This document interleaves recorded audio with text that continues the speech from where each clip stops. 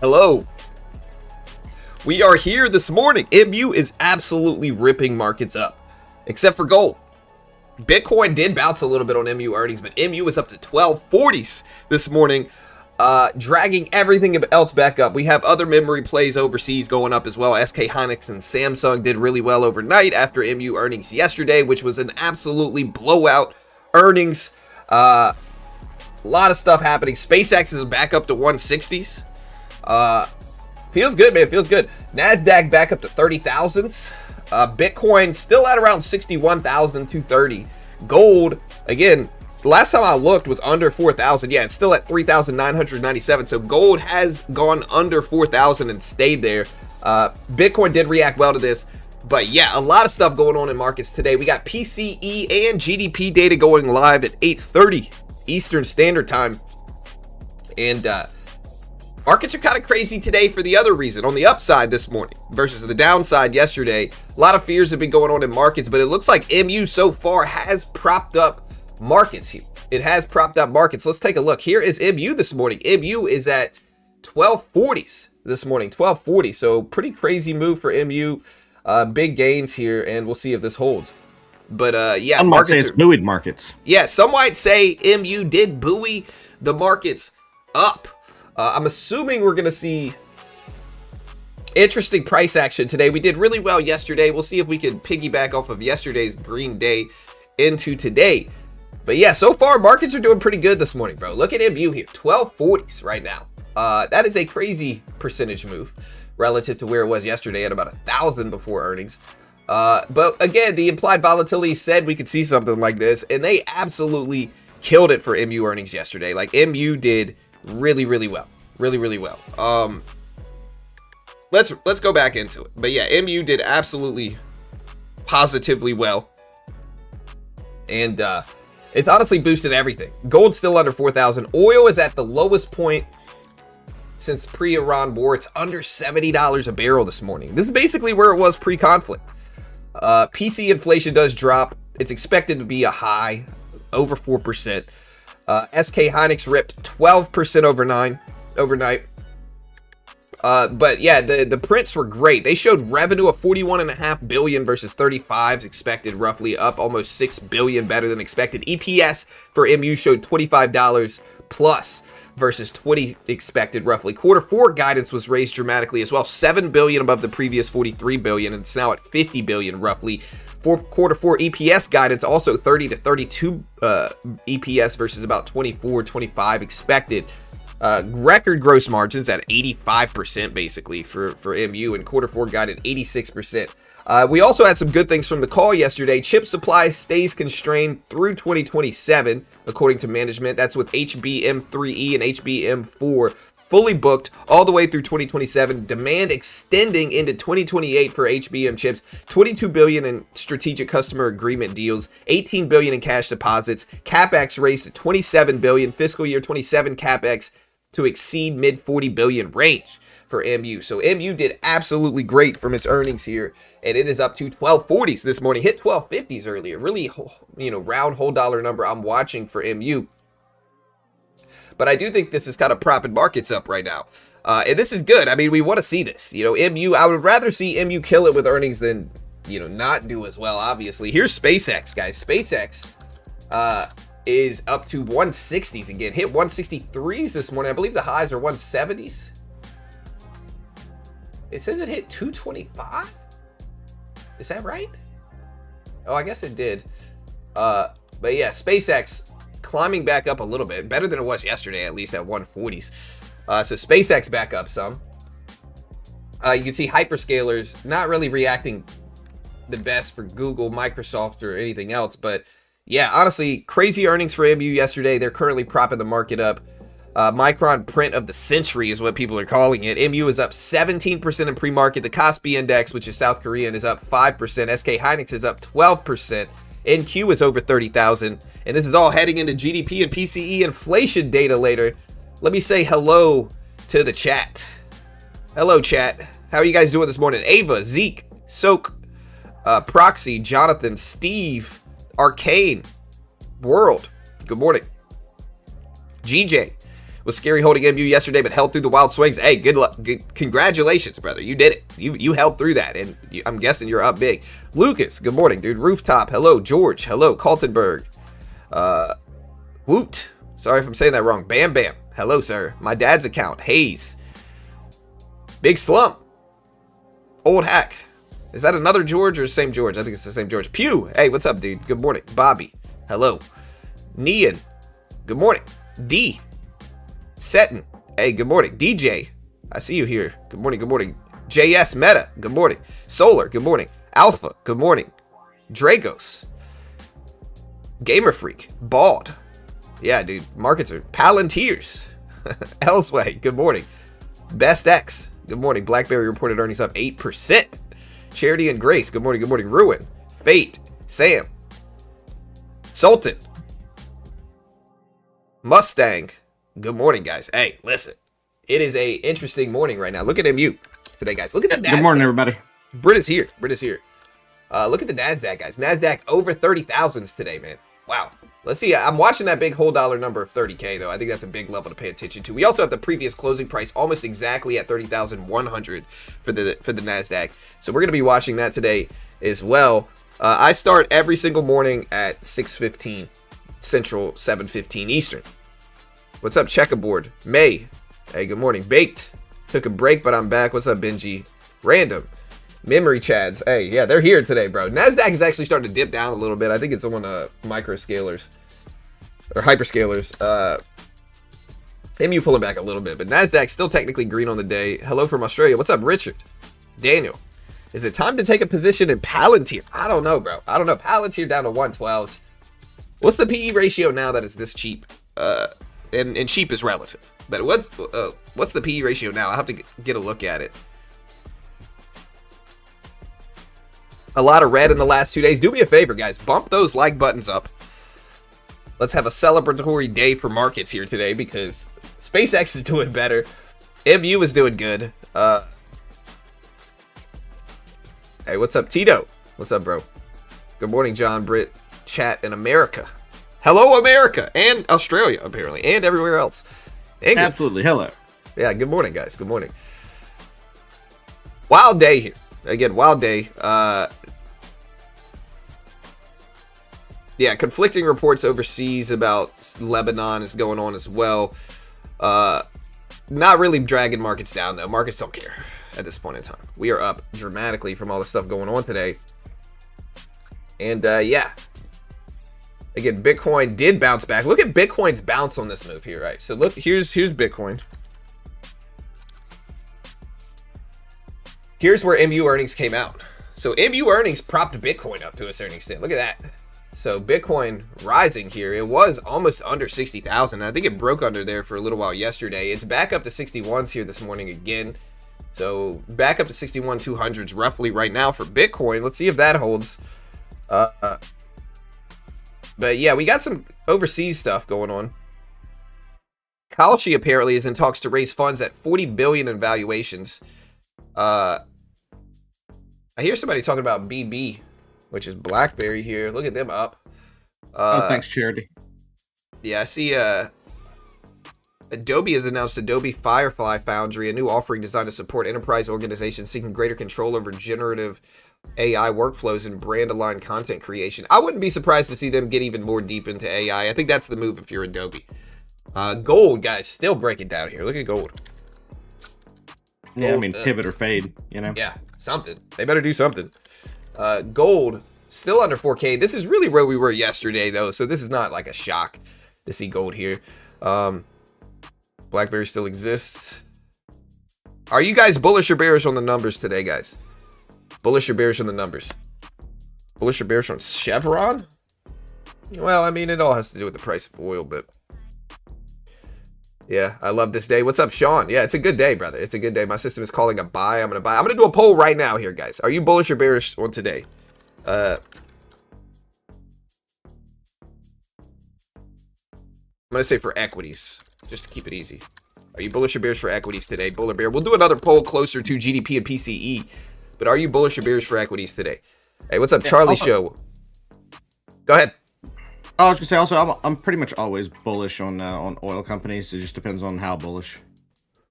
Yeah, I mean, it has to do with the price of oil too, though, with those. Yeah. But especially right now, in the middle of the conflict, Chevron, for example, got up to 214s, 215s. It's at 170s now as the price of oil has declined. So, they make more, obviously, when oil's up, but it also kind of curbs demand with oil being so high as well, to a certain extent.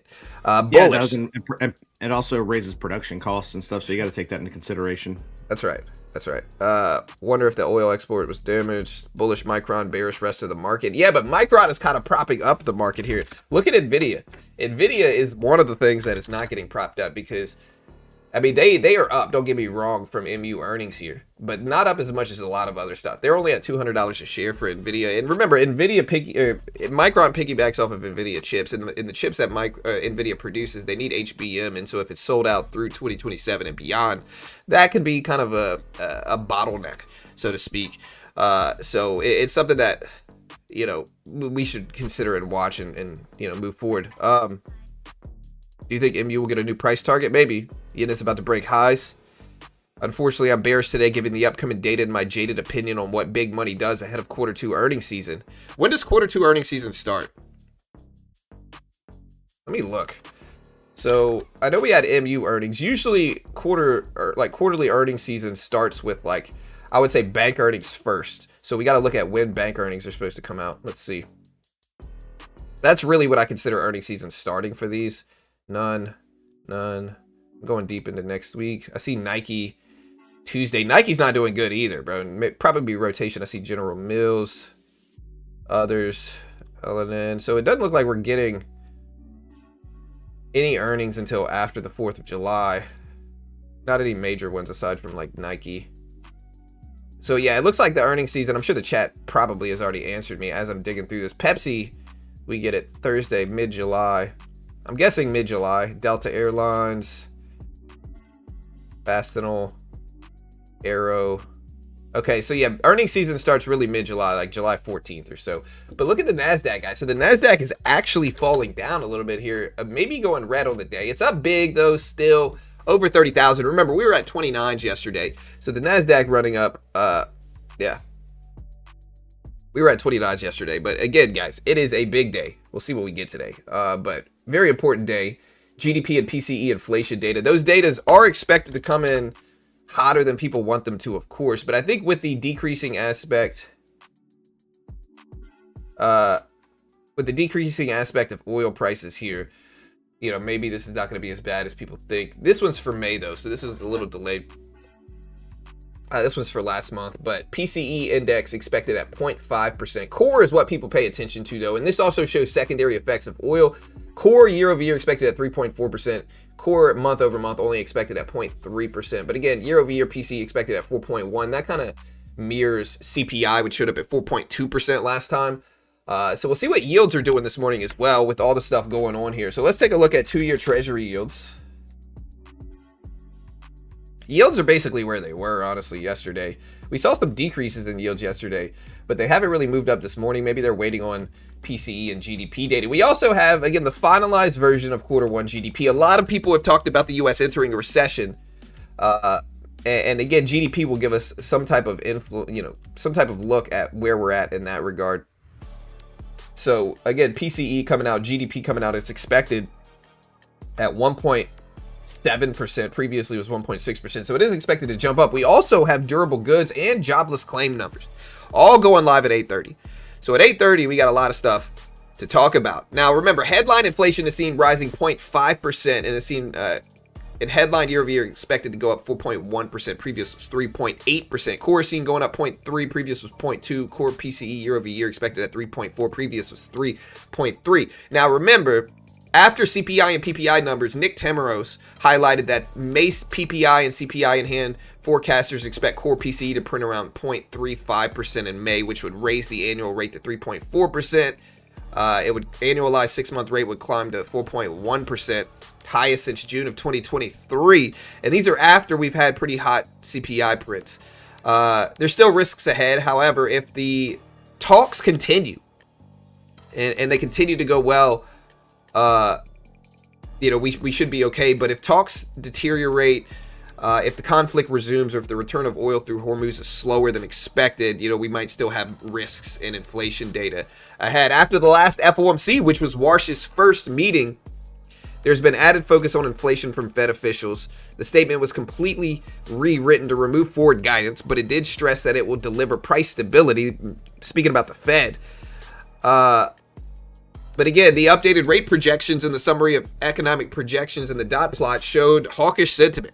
Bad projections and more rate hikes than expected here. And with that said, we can look at the CME watch tool to see where we're looking for all this stuff in terms of rates here. Still at roughly 34%. It was 32% yesterday for a little while. It's back up to 34, but it was 36 yesterday at the open. So it's basically flat from where it was yesterday, although down a little bit, all things considered. Yeah, earthquake. Yeah, I saw that there was like 2 earthquakes, I think. 2 really bad ones. Yeah. Well, I hope everybody's okay. Well, my death toll, I think, but yeah, that's unfortunate. I see Tito asking, John, quick question. If numbers do come in hotter than expected, what does it do to the Dow, bull or bear? I mean, it's probably bearish, but I think Micron and others might prop things up today just based off of how big of an earnings report that was for MU yesterday. Like I said, I told you guys yesterday, MU would be the main event, and it was. 1250s from under 1,000. It was under 1,000 right before earnings. Like, look, it was at 991s pre-earnings. It is now all the way up to 1250 basically right now. So 1230s to be exact. So it is crazy, and this is going to move markets. A lot of stocks, especially in tech, depend on memory right now, especially in the AI push. So this is going to be really relevant, really important. Oracle. Yeah, what are the other hyperscalers doing? I know Google is still down. Oracle's still down to 150s. It's not doing that great either. Just supply bottlenecks is what making people worried about that. Hey, thank you, GP. Good morning, my friend. Yeah, what's up, dude? How does MU affect the Dow? Well, I mean, tech stocks are included in the Dow, and so it's going to have an influence over tech, and in that regard influence the Dow. The Dow is less tech heavy than like the NASDAQ, especially, in the S&P 500 as well, but it's still going to move with tech to a certain extent. Tech moves markets is really the way to look at it, right? So tech is going to move markets. I'm not an investment professional, as I always tell you guys, but don't get it twisted. Tech moves markets, and with tech moving markets, it's going to move the Dow if it comes in at a shocking number, of course, right? So it just depends on what the print shows. We got a lot of data going out at 8:30. We got jobless claims, we've got durable goods, we've got GDP, we've got PCE, and so a lot of stuff is dropping at 8:30. But again, this is after the market's piggybacking on MU's success, so we'll see what happens. But JP Morgan also said they turned bullish on some stocks. Bitcoin is back up. It rose on upbeat MU earnings on strong outlook from QCOM, lifted tech sentiment, easing concerns over the AI trade. And so, yeah, that's going on. So you're saying to short MU? No, dude, don't do it. Don't do it. I mean, I'm not telling you to do anything. Maybe it corrects a little bit today. We had big moves yesterday. So, I wouldn't be surprised to see if it corrects some today. Like, that's not going to be a shocking thing if MU pulls back a little bit. I don't expect it to give up all the gains, but I mean, it's up a lot. It's up a lot. What do you guys think? Long or short MU right now? Long or short MU right now? Let me know in chat. Bro, these penny stocks are brutal for newbies. Yeah, dude, they're brutal for everybody, bro. Most of that market is just showing like, yeah, I mean, penny stocks are sketchy, dude. I don't trade them. People ask me about a penny stock, I'll look at it, but I'm not trading those things, dude. Just too risky. All right, so I asked people bullish or bearish on MU this morning. I see hold, long, long, long, long, definitely long, long, long. FOMOs will take it up. Short, Lucas, long, long, long. MU going up from here, long. Why short the strongest stock in the market? Yeah, I'm not shorting it, dude. Like, again, don't put that voodoo on me.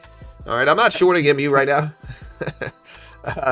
Don't do it. Definitely we'll get to 1,500 by the end of the year. Yeah, I mean, that's not a crazy look. I mean, we're up to 1250s now.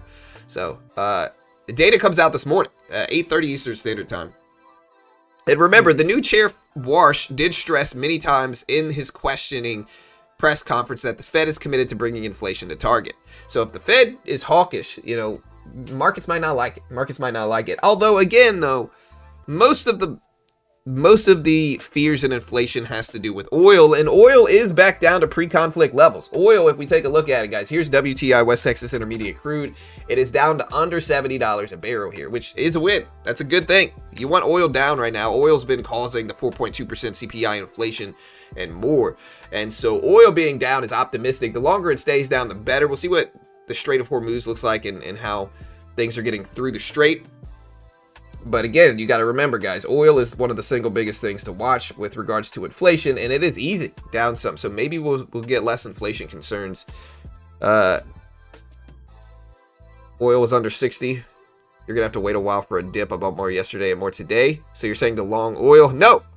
Oil was under 60 before Iran.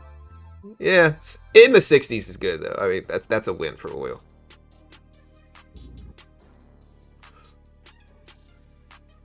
No, not yet. MU is in a Brinks, needs a Brinks truck fleet. What's a Brinks truck fleet? You talking like rollerblading Brink? Or are we talking like... it's a brand of trucks. Yeah, I'm assuming. It's a security truck company. Yeah, I know. Yeah, I know. I'm just joking. You didn't know. Oh, I knew, bro. Oh, I knew. I know everything, dude. You don't know. Come here from Sikkim. Way AI. With AI, I know everything, Brad. Okay. Ah, okay. I know what you're thinking right now. Oh, yeah? You know, you're thinking about cooking. Nope, not this time. You're wrong. Yeah, well, it was a good shot. I knew you would say that. Oil under 60, you know, at any given point. So yeah, the sweet spot for oil is between $60 and $70 a barrel. So we are technically in the sweet spot for oil right now.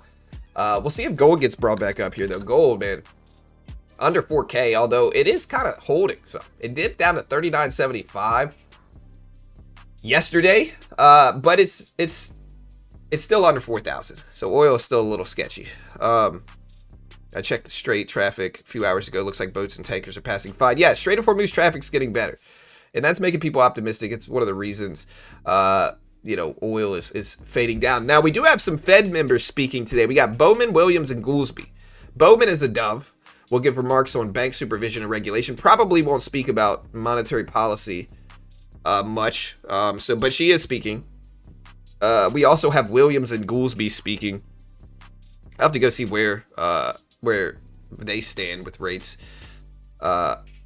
Where's the bottom for gold right now, guys? What do you guys think? Where's the bottom for gold? Gold, again, 39.90s. I ask this every day. A lot of people think 35s, 35s.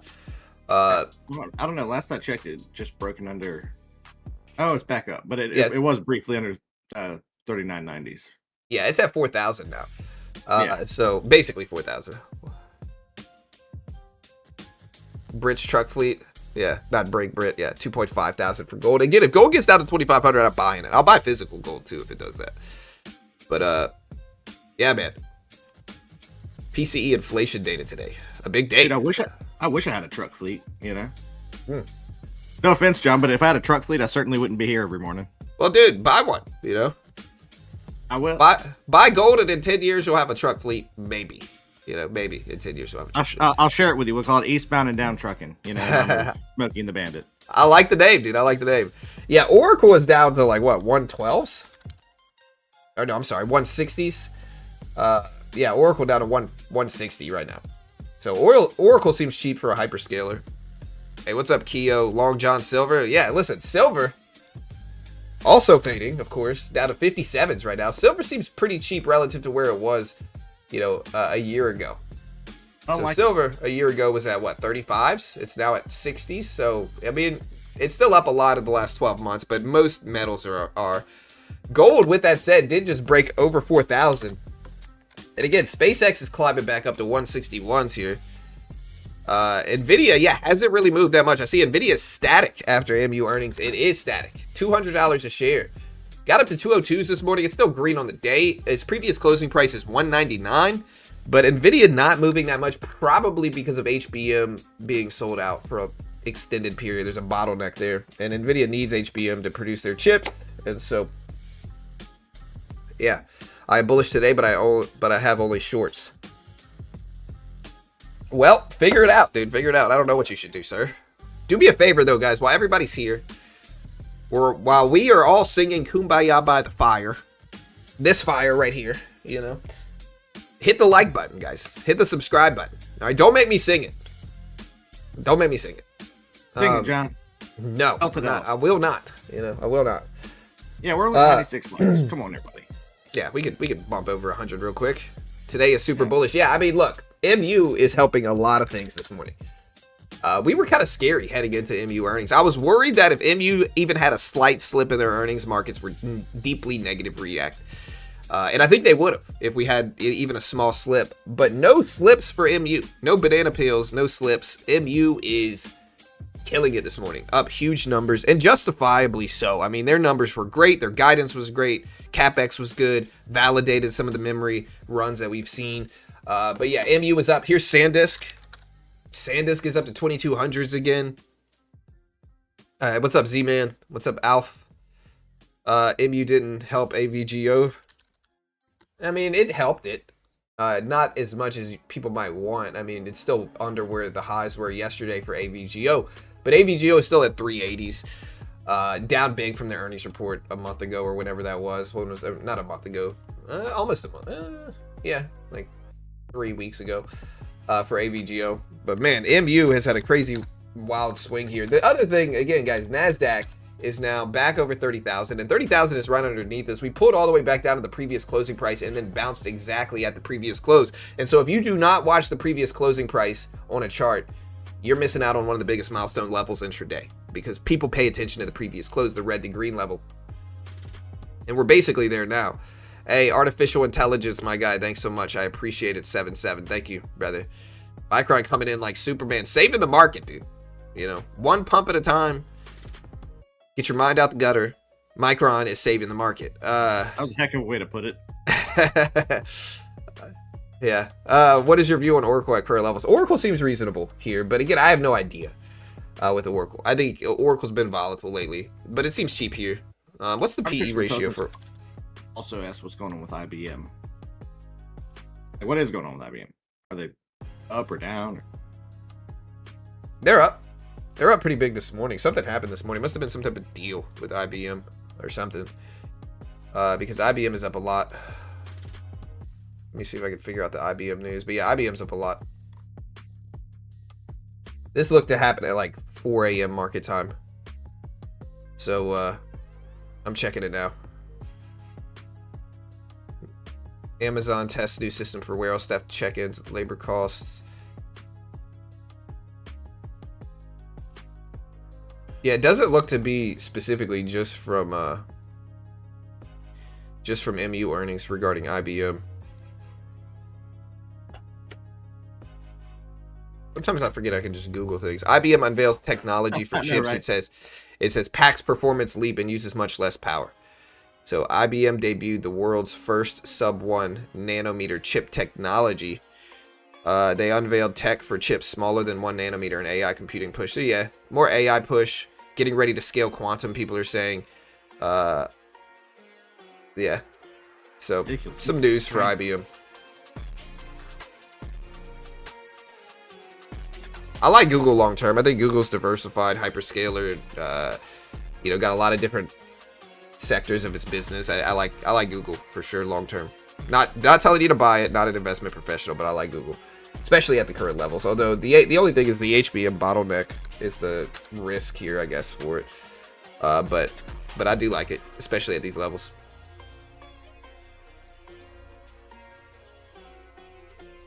I thought the call was at 4:30 and the price action would be like 4:15. I woke up at 4 and missed the train. No, it dropped at like 4:01. But yeah, you missed it. We were streaming it. We covered it.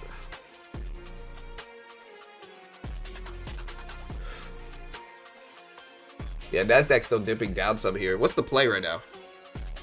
What's your guys' strategy for today? I mean, I'm assuming most of you guys are going to be waiting for PCE and GDP to drop.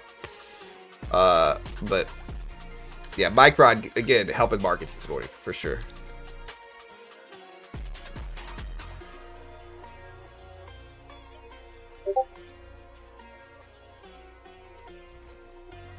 Yeah, so Micron soaring. I see an article on Yahoo Finance. Boomers won't sell, millennials can't buy. And that's probably accurate. Boomers got those low interest rates locked in. They don't want to sell their houses right now. Millennials can't afford them now. Yeah. Yeah, I don't know what it's going to look like, but we've got to free up the housing market. This is getting ridiculous. Well, it's hard to do with the high inflation. You know. No. Yeah, with high inflation. Oh, no, you go ahead. I was going to say, all I was saying was, I mean, I don't know. I mean, I could probably name a few things that we could do about it, but overall, long term, I don't know.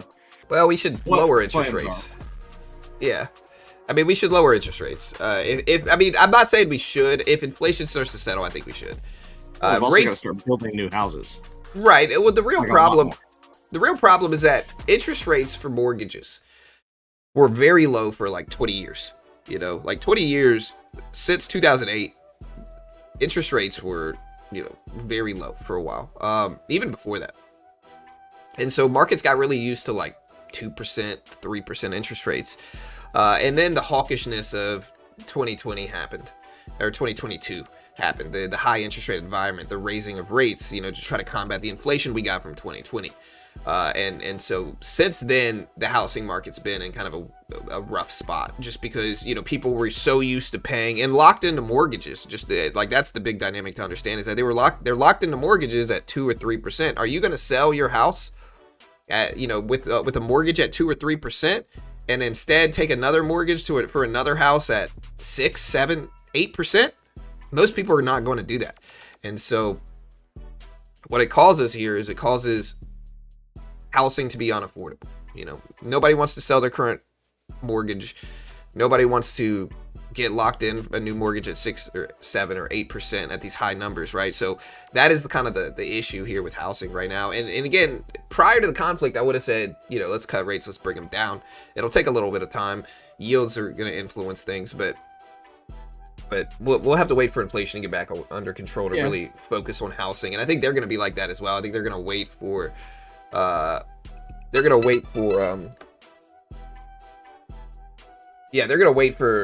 inflation to get under control first. Well, yeah, and I was gonna say, you are right about interest rates, but then you also have just rising base costs. You have a house that in 2000 or 1999 or whatever, you know, cost 140, 150,000. Now that same house is worth 420 or 430,000 $. I mean, oh yeah, for sure. That's not tenable. It's getting hit in both ways, 100%. And then then you also have large institutions buying up houses for rental properties, and I think there's a bill that's been introduced to curb that. I don't know if it's made it out of I think the House started it, but either way, like, that's a big problem as well. Yeah, for sure. Well, I want to get rid of property taxes too, don't get me wrong. I'm okay with getting rid of property taxes. The only issue though is that, like, sometimes that's going to make things more expensive in some ways as well. You know, so it's going to get passed on, and like, I'm for getting rid of property tax, just to clarify, you know, but getting rid of property tax is going to make it harder for renters. It's going to make it harder for, it's going to get passed on in other taxes, basically. Like, they're going to compensate for it in other ways, right? So while it's going to affect landlords less, for sure, you know, it's gonna be cheaper for them, it's still gonna get passed on in other ways, right? So it's not a free thing, like, hey, yo, let's just get rid of property tax. But again, I support getting rid of property tax because I hate paying property tax, and I think property tax, the concept of it, is ridiculous. I'm okay with it getting pushed in other ways, but it's not an easy solution. It's not an easy solution. Same here, honestly. I mean, I understand that taxes need to be collected from people, and I'm okay with it being done in other ways. I don't like the idea of a property tax simply because, I mean, I've been paying my, my house off or whatever for these 15, 20, 30 years, whatever your mortgage is. And at the end of the day, like, I own it, right? But apparently I don't own it, because if I don't pay my taxes, you can just come take it from me for, 1 year's worth of delinquent taxes. And I know, like, people have the opportunity to pay those off, but still, either I own my property or I don't. Right, for sure. You're basically renting your property from the government with property tax is what you're doing. And again, like I said, I freaking hate it. But it's, it's been built into the system now, and unfortunately, and that's what the sticky part of it. Like, that's the hard part to get rid of. Anyways, guys, yeah. MU here. Where does MU close the year? What do you guys think? MU is currently at 1235 right now. Where do you guys think MU closes the year? No. And sorry, I know that was a long segue. No, you're good, dude. You're good. Hey, listen, if I cut you off, I'm not doing so because I don't think it was a good I think that was a good conversation. I know it. Yeah, me too. Honestly, I think most of the chat probably agrees with us too. 100 by the end of the year. Get out of here, Bogdan. Your guesses are not good. You know, I'm just joking. Don't leave, dude. Don't leave. Please don't leave me. MU closes at 2,000 plus 1,700 for MU. I could see that. Yeah, I live in Texas, so we got high property taxes for sure. 5,000 euros. Texas chooses you. Don't make me do the math. 5,000 euros. Don't make me do the math. It's too early.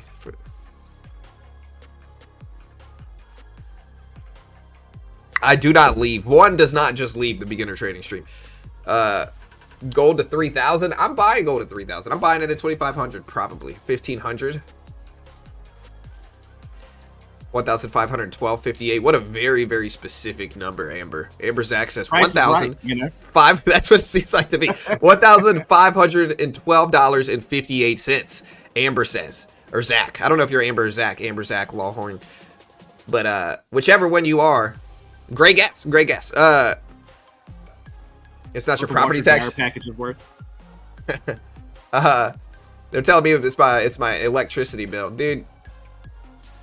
Look, if I really wanted to brag about my house, I could.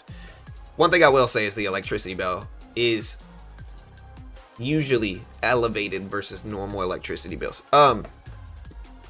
The Gold Guru said 3,300 is the bottom. Hey, what's up, Vegas? I'm lurking today. What's up, Jay? Hey, good morning. I see you guys. I see you.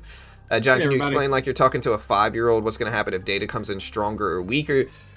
Yeah, so, I mean, it's pretty simple. Inflation is, inflation. And so high inflation is generally not good right now, guys. Low inflation is generally better. High inflation is generally worse. Generally, aside from very specific niche conditions, but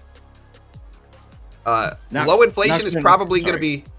Oh no, I'm just going to finish explaining it. So lower inflation is going to most likely make markets optimistic and happy and excited, especially with the decreasing aspects of oil recently. Higher inflation is going to do the opposite. Higher inflation is going to freak people out, probably, if it comes in higher than expected. It's all relative to expectations. You have to understand the data is already baked in right now. So markets are already pricing in what the expectations are, which in this case on the year, 4.1%. Core month over month is one of the bigger ones. It's expected at 0.3%. So not super high versus 0.2% last time. It's still up from where it was last time. But again, we're still in the middle of the conflict. It's Zach. It's fine. I don't have an account, so I just used my wife's. Okay, all good, Zach. Hey, great answer, Zach. Great answer. How much has previous PCEs impacted the NASDAQ? It depends on what the number is. It's not about looking at one PCE and saying, hey, this is how all PCEs are going to go. It's more so looking at what the number actually shows up as. How much over or under the expected does it show up as? Like, basically, does it shock markets? Or do we see some cooling in that regard in inflation, right? Like, so it's all going to be relative to what the number shows. If we show up at a shocking amount over the expected, that's bad. The market's probably going down on it. I don't know if it's enough to drag markets all the way back down after the euphoria of MU earnings yesterday, which is benefiting everything. But, don't get it twisted. A really high print here will probably negatively affect markets. You never know for sure, though. You never know for sure. We did a poll this morning. We asked people, are you bullish or bearish for equities today? 64% are bullish. I think that's justified today with MU. But yeah, 64% out of hundreds of votes are bullish today, according to the poll here. So bullish according to the poll, 64%. Oil under $70 a barrel, yeah. So oil at 69.70s, and the previous closing price is right around 70 for oil. So I'm watching that level as well today for sure. Meta is getting slammed here this morning. Although Meta's been kind of back and forth, I think, right? But Meta's down to 550s. Here's a 20-day chart for Meta, so it's still been in a net downward trend. It was at 640s back in May. It's at 555s now, so big percentage drops for Meta as well today. Gold is slipping a little bit here. Let me make sure there's no news or anything. I don't see the NASDAQ wiggling too much here. There's no news yet. There's oil. Oil's up the same 69.70s. Yeah, gold just went right up to that volume weighted average price level. Look at that. Look at that VWAP area right here. 4,003. VWAP pushed it back down. It's now at 39.95 for gold. If I remember correctly, I think the PE on Meta is actually pretty solid. Usually Meta has a decent PE. What's the PE for Meta right now? I'm showing 20 PE ratio. Trailing 12 months PE ratio is about 20. Forward PE sitting at nearly 17. So yeah, Meta generally has pretty good PE ratios. Historical average is about 26, 27 or so. Historical average is at 20 roughly right now, PE ratio. So it's not bad for Meta as long as the numbers I'm showing are right. So what that means is that that's the price to earnings. That's what PE stands for, is price to earnings. Like how much they earn versus what their share price is. Meta all the way down to 550. So PE ratio is probably getting better as it continues to fall. Hey, what's up, Boo Boo Bear? What's up, 8sec? I can feel today is a great day, a green day. I can feel it coming in the air tonight. That today is a green day. I can feel it. What's the red line on the gold chart? Like I said, sometimes my daughter and I will play ping pong. We'll throw on some Phil Collins, you know, get really serious about it. Gold at 39.95s right now. This red line in gold, I don't know, it's a historical support and resistance level of some sort that I don't know why it's on my chart, but it's some type of historical support and resistance level. It might not hold here though, but 95. Maybe what propped it up a little bit yesterday. MU saved the NASDAQ. Yeah, it did. Microsoft and Meta need to raise cash for CapEx. It's cheap. Pull back till the bell, testing the ceiling. Yeah, I think it depends on the numbers. Again, I don't know how much the numbers are going to influence things today. It's going to depend on what they show up as. But Meta, I think, is front and center right now. Or not Meta. MU is front and center. Micron. Meta needs to clarify their CapEx spending. Market is seeing spending but no output. Yeah. What's up, Max? Good morning, dude. What's up, SK? What's up, George? CB, shorting the market, need another red day today. Come on. I think I made more money shorting the market yesterday, although I did attack a range. Also, whatever red level I have on the chart right here, it did prop it up for gold. So, top 3 greatest levels there, apparently. Shorting the market, mag 7. Lurkers, friends, enemies, family, you know. Show yourselves. Lurkers, are you here? Are you here today? A lot of you guys watch the stream, never chat. I am going to force you to chat every single day. Announce yourself. Show yourself we're here. I might put it in sub-only mode. SpaceX actually starting to dip down some here. Look at SpaceX. SpaceX under 160s again. Getting a little slump here in pre-market this morning at 159s, now 158s.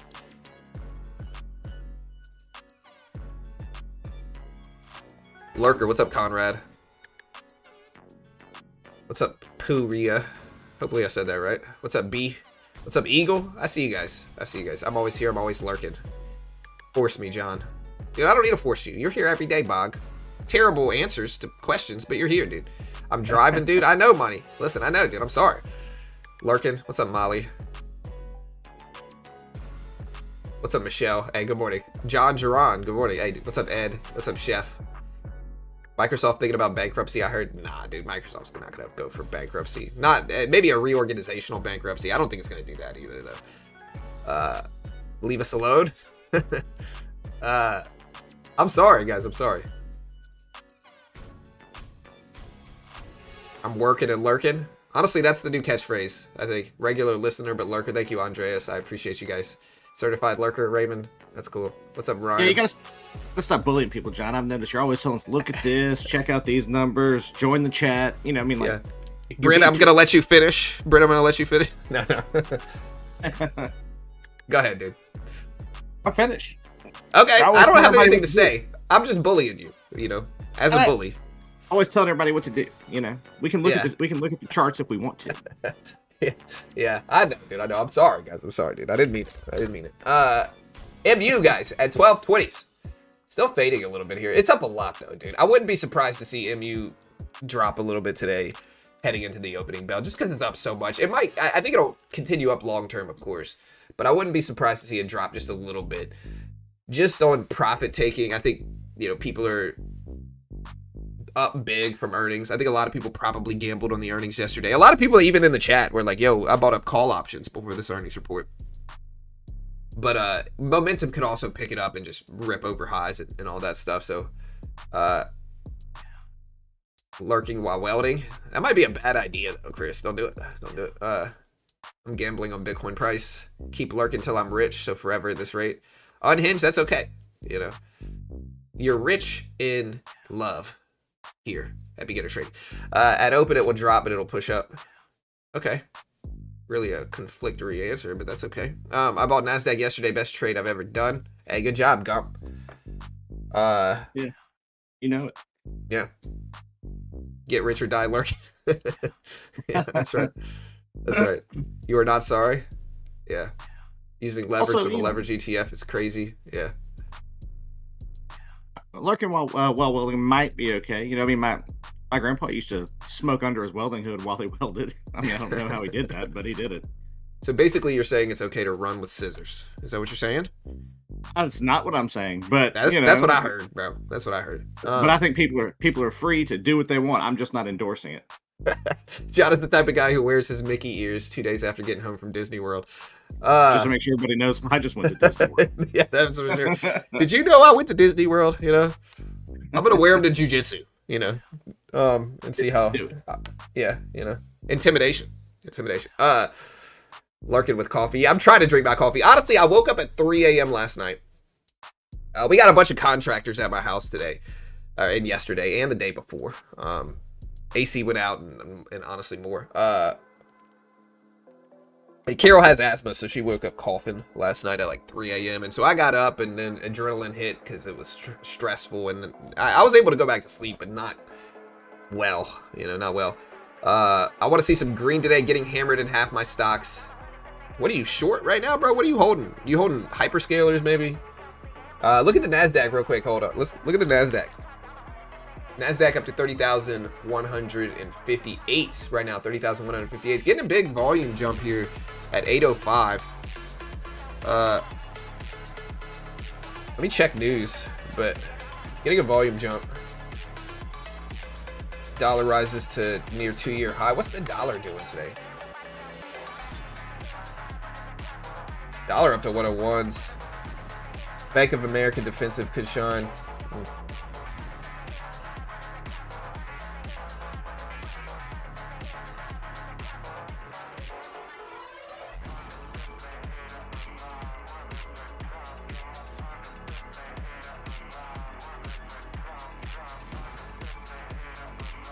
All right, guys. So, yeah, I got it a little long. Lurking coffee. What's up, Gio? Wish I shorted SpaceX, AMD, and Intel. Yeah, I think those will be fine long term, though. We'll see what happens.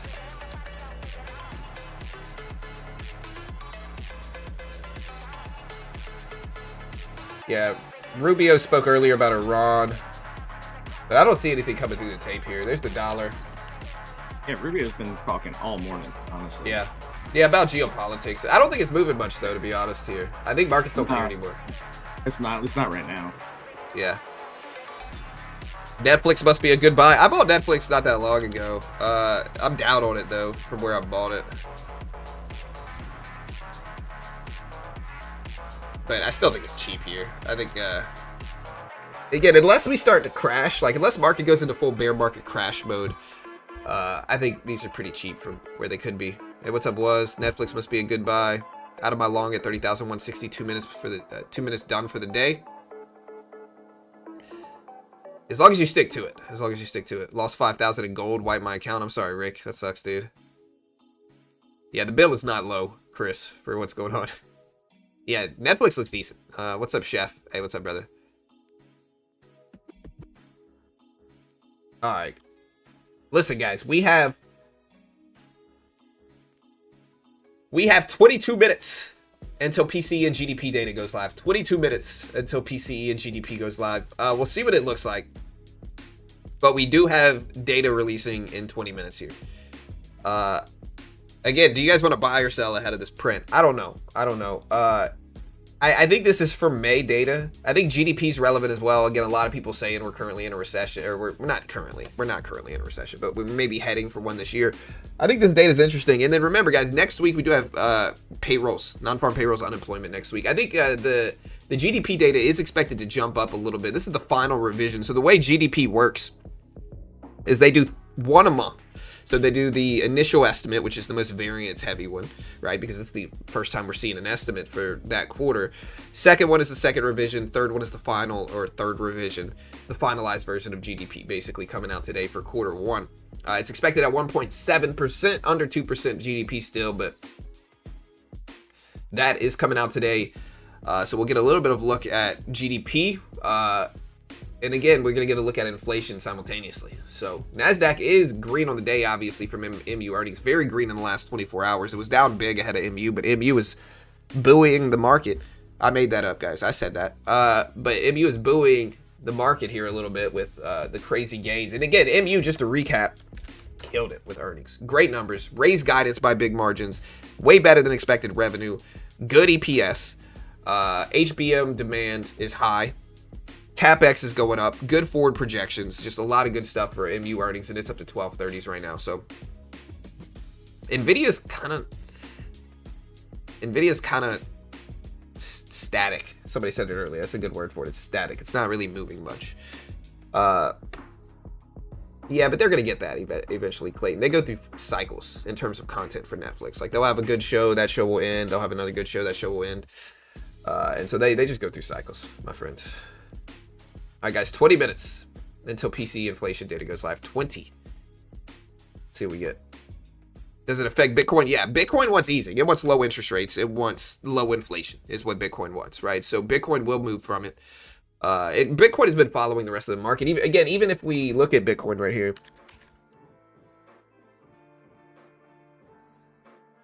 Bitcoin reacted really well to MU earnings.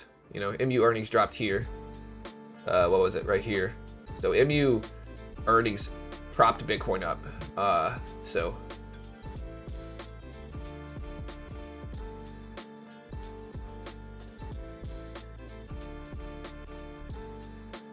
Yeah, so MU earnings definitely propped it up. Core PCE today is expected. Let me pull it up, see what the expected numbers are. I believe core, we're looking at, core is the most relevant PCE print. But we're going to look at all of them. But core PCE is the most important one, at least historically it's been the most important one, right? So core PCE is expected at 0.3% on the month.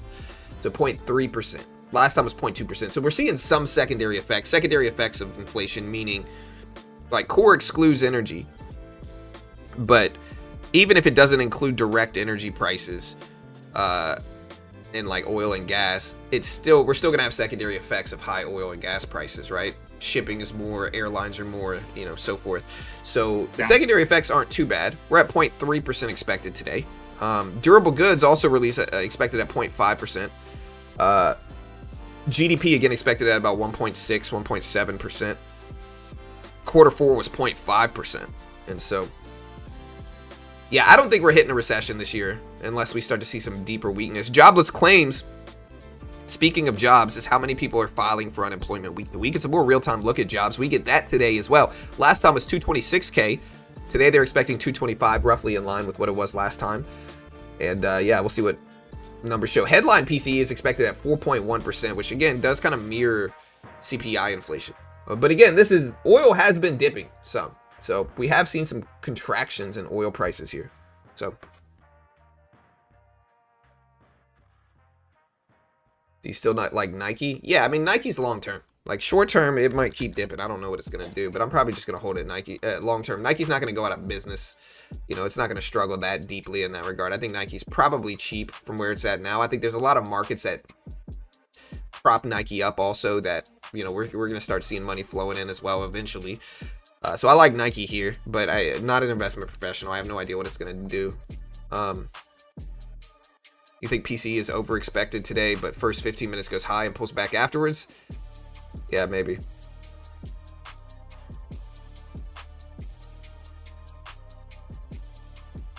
Qatar Energy is issuing its first crude tender since the Iran war started. But yeah, Bitcoin is still in a slump, though. I mean, look, don't get it wrong. Bitcoin is still struggling. Here's the S&P 500 today. It's roughly at 74.80 right now. It did really well from MU earnings, but it's basically flat on the day.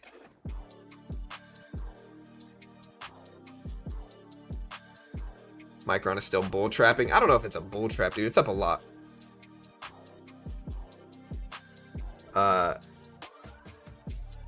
What are your thoughts on metals? I like gold and silver long term. I don't know what they're going to do short term. So I like gold and silver long term. Short term, I don't know what they're going to do. I mean, gold's been in the wake of a slump. It's under 4,000 right now. It's at 39.95. So it did, you know, go back up from some of the low points it's seen, but gold has still been in the wake of a big pullback. It's probably a reasonable pullback, though. I mean, look, gold hit 5,600s, way too high for gold. When gold was at 5,600s, I like gold long term, but when it was at 5,600s, I think everybody should understand the risk of some like big asset like gold going up that much in that short period of time. It's not sustainable. It was never going to hold up there, especially not short term. Long term, yeah, it'll hit those levels again, but to be honest, I think this pullback in gold is necessary. I would much rather gold pull back to reasonable levels. And again, even reasonable levels, gold's at $4,000 an ounce versus what it was a year ago. So, like, I would much rather see gold pull back and consolidate for a little while versus just ripping over 6,000 or 7,000 short term. I think that's way too much too quickly. And I think those are situations where you have trouble if it keeps rising. PCE shall be green today. Bitcoin's got to buy at these levels. Yeah, and even reasonable is really a relative term. Yeah, I hear Gen Z doesn't wear Nike anymore. It's an outfit for boomers, apparently. I think you're wrong, dude. I think if you look at Gen Z, they're wearing Jordan 1s, you know, mostly. Unless that dynamic is changing. But they're mostly wearing Jordan 1s. It'll all come back around. Yeah. Yeah, potentially. I like Nike long term, yeah. Anyways, guys, we have 15 minutes. 15 minutes before PCE inflation goes live. So, again, bull or bear on this report, guys. Bull or bear on PCE inflation. Higher or lower inflation, higher or lower GDP. Let me know in chat right now. But bull or bear on PCE inflation. We'll see what we get. Yeah, is Beyond Meat dead or worth throwing a few bucks into? I don't like Beyond Meat. I don't think they have enough customers. Nike's the biggest sponsor for pro athletes. It depends on the sport, but yeah. Omega Super Giga Bear. What numbers are bearish? Numbers that are bearish on PCE inflation are probably like core PCE month over month showing up at like 0.5% or more is bad. Headline PCE showing up over 4.2 or 4.3% is bad. Month over month headlines what expected at like 0.5%, I think, right? Let me see. Yeah, it's expected at 0.5%, so over like 0.6 or 0.7 for headline is bad. Core year over year is expected at 3.4%, so over 3.5 or 3.6 is bad. So higher inflation, basically a couple jumps from where we are expected is bad. You know, so you don't want to see like anything like 0.1% is generally small, but anything over a 0.1% increase on either year over year or headline or month over month, core month over month headline is going to be what causes the biggest reactions. If we're like 0.4, 0.5% over the expected number, that's bad. If we're 0.4, 0.5% under the expected number, that's good. But again, it's not easy today, I think, with everything going on. It's not easy to gauge. That's what I mean. So what do you think of Home Depot stock? I'm in Home Depot, actually. I like Home Depot stock a lot. Why do I like Home Depot? I like Home Depot long term. Short term, again, I have no idea what it's going to do. But I think, you know, a lot of businesses, brick and mortar businesses specifically, are getting replaced by mail order shipping like Amazon. You know, Amazon specifically, really. I think Home Depot has less of that dynamic in place. I think people who buy things from Home Depot generally need it that same day, so there's less chance of it being rendered obsolete from fast shipping from Amazon. They generally want to go shop around and look at what they're buying. A lot of the time they're buying wood and other things, or plants. Those things are harder to ship. People want to pick the plants out themselves. People want to look at the wood first. I think companies and stores like Home Depot are more resilient to being rendered obsolete from mail order shipping. And so, you know, I like Home Depot, but Home Depot also moves kind of counter tech a lot of the time because it's rotation. So like Home Depot will go down if tech runs sometimes and vice versa. Not always. Sometimes when tech corrects, people rotate into, you know, retail like Home Depot, right? So I like it long term, but I have no idea what it's going to do. I like it as kind of like a hedge too. It's kind of like a hedge against tech as well, but.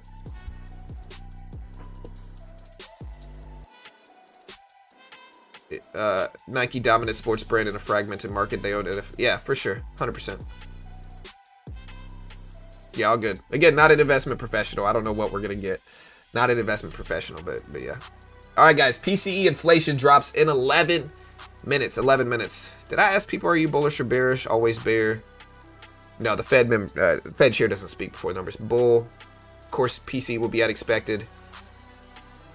John, what do you think of Home Depot? Yeah, I've already said that. I smell a bull market today.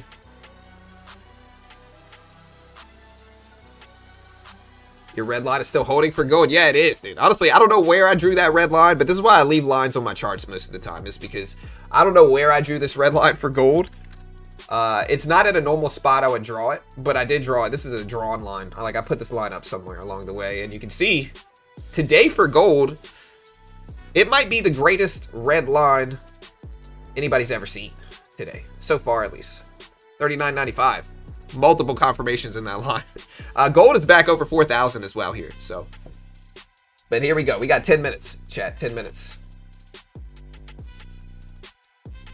MU dipping a little bit. I wouldn't be surprised to see it fill the gap back down some. I don't think all the way, but I wouldn't be surprised to see it fill the gap down some. We'll see.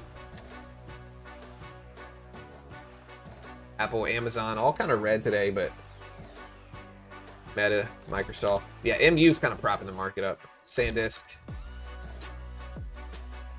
So, here's the NASDAQ. We're watching the previous close on the NASDAQ. We're obviously watching 30,000 if we get that low. Big if. But if we get down low, you know, we'll see. I'm not really anything on the news. I think it really depends on what the data shows. So I'm not really either one. I wouldn't really say I'm like super one-sided in regards to direction on the news, because I think we can honestly go either way. It just depends on what the numbers show up as. And PCE, I've never been good at predicting. For whatever reason, I get CPI right sometimes, but with PCE, it's not really something I generally predict well, I would say. We are seeing more back and forth. I see the Iranian parliamentary speaker says America falsely claims our unfrozen assets will buy their agriculture. So we'll see. We'll see. But we're still getting kind of disputes, you know, back and forth overseas. Speaking of that, let's look at oil. Oil at 69.70s here. Yeah, he said America falsely claims our unfrozen assets will buy their agriculture. Interesting. The only crop we're harvesting is what you planted. Decades of mistrust. Dude, this sounds like... yeah, dude, he wrote that really well, to be honest, bro. He wrote that really well. Like, that was... It sounds like a, you know... yeah. It's organic, abundant, and homegrown, but apparently the U.S. only exports soybeans. Yeah, they're still fighting back and forth here. They're arguing. They're arguing back and forth. Let me clarify.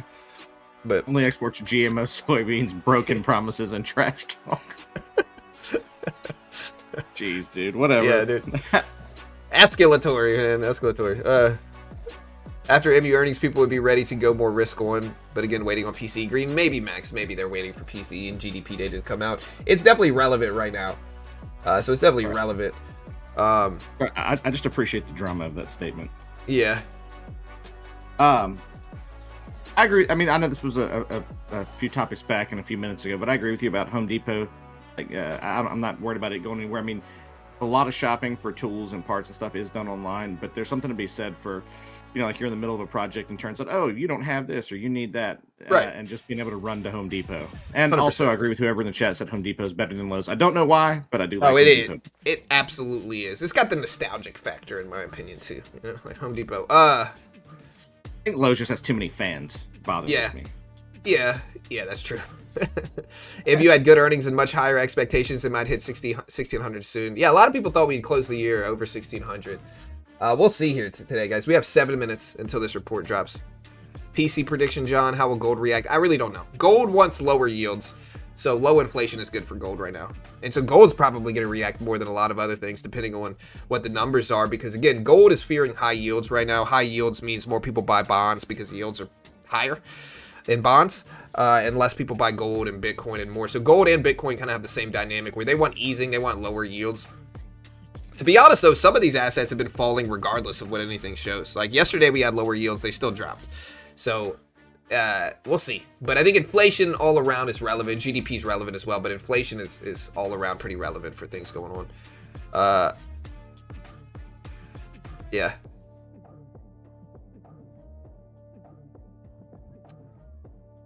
Yeah, we'll see what we get here, guys. We have 1,700 people here now. We have 6 minutes left here. Let's see what happens. Let me put this in sub-only mode. They both have the same day delivery. Now, that's cool, but I mean, I would do that for a fridge, but not if I'm like in the middle of a project. I'm not going to go online and then wait for my stuff to be delivered. I, want my part now. Yeah, you even looking at like landscapers, they'll go pick up plants same day and more. I just think it's more resilient, Yeah.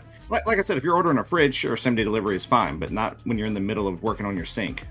Yeah, for sure. All right, guys. PCE data, GDP. Curious to see what we get here, dude. Again, this is a little bit like oil prices have fallen, and so I think we'll see the reflected oil prices the next report next month in July. But oil prices have dipped down some.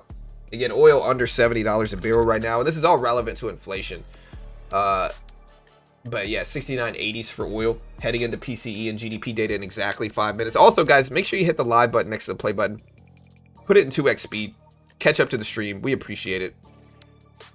And we'll see what happens. I'm a subscriber, but still lurk. Hey, it's all good, dude. Are we expecting hot data in 5 minutes? I don't know, man. I don't know. I'm not expecting anything with this print. I don't know. So, again, this is one of those ones where it's hard to tell what we're going to show, to be honest. Again, QCOM had good numbers. Is it safe to buy MU at this level? Well, define safe and define how long you're holding it. I have no idea. But GDP important? Of course it is. Yeah, feels like we're going to run. Hey, we'll see, dude. We'll see. It's time. We have 4 minutes left. Is SpaceX still... I saw SpaceX dipping a little bit earlier. Yeah, SpaceX is back under 160. Still pretty green on the day, though. It was under 150s yesterday. Feels like we're going to run. Gold is chopping really sideways ahead of this print. I'll put gold and NASDAQ up here so we can watch gold and the NASDAQ when this data drops. Probably look at Bitcoin a lot, too. But again, gold's still holding at 39.95s, although it's starting to tap it a little bit more. So GDP can move markets? Yeah. Specifically if it comes in super low. But it just depends on if it changes from the last estimate they gave. It can. I mean, I would say the more important was PCE right now, but GDP can certainly. All right, guys, we have 3.5 minutes left. 3.5 minutes.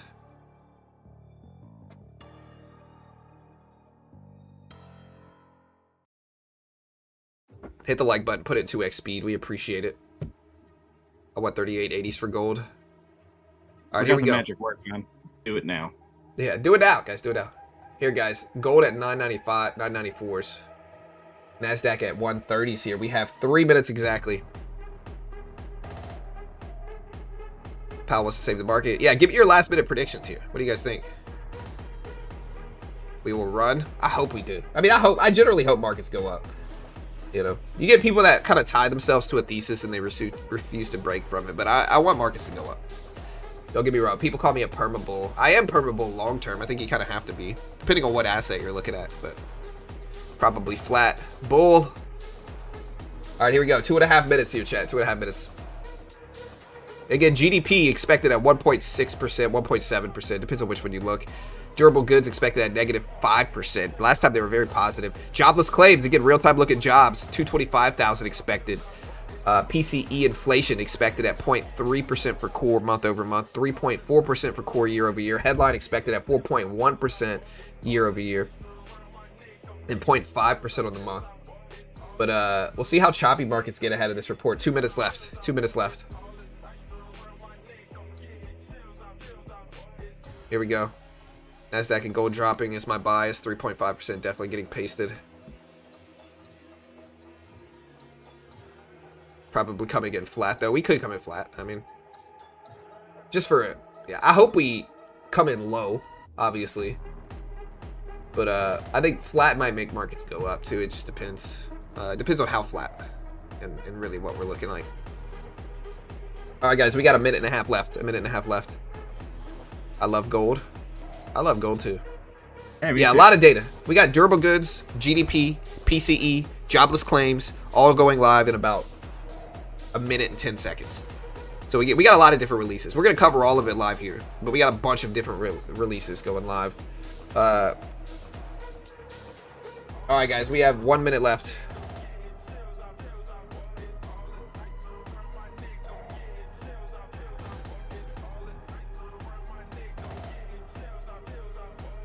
All right, here we go. Gold tapping 4,000 ahead of this report. Nasdaq still at 30,137s here.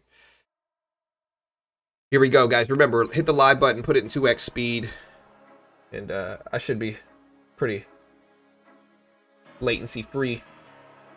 All right, guys, we have 30 seconds. 30 seconds. Oil turning positive? Yeah, it is. All right, guys, here we go. Yeah, be careful the first minute or two after the numbers. Sometimes the first move is the wrong move. We have 15 seconds. All right. About 10 seconds now. About 10 seconds. All right, guys. 5, 4, 3, 2, 1. And here's the report. Okay, guys. So what I'm showing here, durable goods negative 4.5%. Jobless claims came in at 215,000. PCE data was flat. So PCE was flat basically everywhere. Headline PCE was slightly lower than expected month over month, but flat year over year. Core PCE was flat everywhere. 0.3 versus 0.3, 3.4% versus 3.4%. Jobless claims came in lower than expected, showing stronger jobs. And like I said, a flat print would probably make the market go up, and it has so far. Nasdaq did just jump on this print. It did just jump. GDP showed up at 2.1%, way better than expected at GDP for finalized quarter one GDP, 2.1%. Look at gold and the NASDAQ rise here. So look at gold and the NASDAQ rise on flat inflation data and stronger GDP. Again, GDP showed up at 1.9% or at 2.1% versus 1.6% expected. Core PCE showed up at 3.4 versus 3.4 expected roughly year over year. Headline showed up, it's flat as well. So again, PCE basically everywhere except for month over month. Headline showed up lower than expected slightly. So better than expected PCE data in one way, but mostly flat. But yeah, flat PCE, much stronger GDP. Durable goods did show up negative as well though, but sometimes the first move is the wrong move. So again, jobless claims also showed stronger for jobs than expected here. So again, GDP, 2.1% GDP. 2.1% GDP. Year over year, headline PCE showed up at 4.1% as expected. But again, 2.1% GDP here. So better than expected GDP. PCE inflation data was flat, basically. So better than expected. We'll put this data up on screen right now, but here is the GDP growth rate. Core PC was flat as well here. But yeah, we'll put it up on screen. Markets are up from this report though. So look, markets are actually green on this report. Small green. And again, the GDP number is the highest, like the biggest beat here. 2.1% GDP for last quarter. Look at PCE data. Here's GDP data in the chat right now. Again, PCE was mostly flat. But there's quarter over quarter GDP. We're starting to pull back some. Remember, be careful though. Sometimes the first move is the wrong move. I want to see what yields are doing on this report. But again, PCE data flat, GDP 2.1%, much stronger than expected here. Yields are falling on this report. Look at the 10-year Treasury yield here. Yields are dipping down on this report. I'm looking deeper into the inflation data here. I'm looking deeper into the actual inflation data. This is done by the Bureau of Economic Analysis here.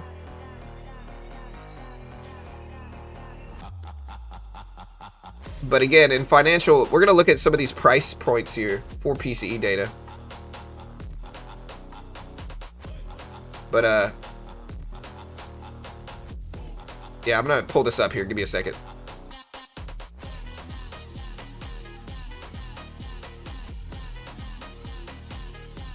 Yields have fallen. The Nasdaq started to give it back some here. Again, PCE data flat, GDP 2.1%. Disposable personal income increased 164.9 billion. Personal consumption expenditure increased 156 billion, 0.7%. Okay, so look, you can kind of see consumer spending increase, financial and services 28.4, healthcare 22.3, housing and utilities 22.3, gas 21.1. Decline in final expenditures of non-profit, food and clothing accommodations basically flat, clothing and footwear at 2.9%, 3.1% in durable goods.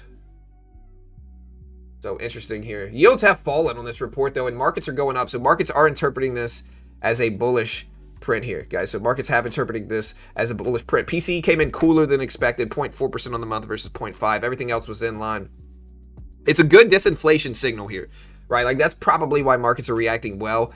We got a decent little Goldilocks scenario. GDP was strong at 2.1%, stronger than expected, at least at 1.6 or 1.7. Gold pushed all the way up to over 4020s. It's now back down a little bit though. But yeah, the Nasdaq, this is good data after MU earnings yesterday. Again, year over year still at 4.1%. It still means the Fed can't print as aggressively as they want. But let's take a trade here maybe. I'm bullish on this data, but markets are up a lot. But I am bullish on this data, so let's take a trade here. Dare I buy this right now? Give me a little pullback, I'll buy, but I'll be very careful. We made enough yesterday. All right, so we bought a little dip here. Let's see what we get. A small dip in the Nasdaq. Maybe I should have bought gold, honestly. Yeah, a lot of things popped up, but it seems to be kind of leveling off now. Yeah, for sure. I'm kind of buying the dip. I mean, look, data came in good. GDP was better than expected. PCE was basically flat. So yeah.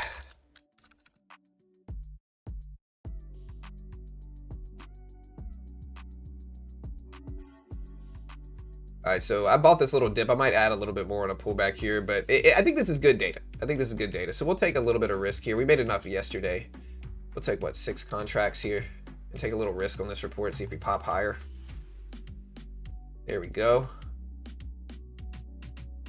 right, I'm going to take a little bit off up there just because we made enough very quickly on this little dip. There we go. We'll take a little bit more off here. We're up about 200 or 300 on this trade already. We'll hold 2 contracts left, see if we start up to run more. Actually, I'll hold 1 left and see if we'll just lock all of that in. We'll hold 1 micro contract. If we run up big, that's great, right? But hey, good morning, Boom Doc. Yeah, so again, GDP PCE data better than expected. Let me put a banner up so you can actually see it here. Again, GDP 2.1% is the good number here. Again, PCE should have been 0.3%. On the monthly index, core PCE. Yeah, month-over-month PCE should have been 0.4% versus 0.5% for headline, which is also good. So, so far, this trade's working out really nice. I'll put a banner up so you guys can actually see it, but so far, so good. I could add more to this trade too here. Hey, thank you, Davey, my guy. Thank you, brother. Thanks, bud. Cool. I don't know if I should add more to this now.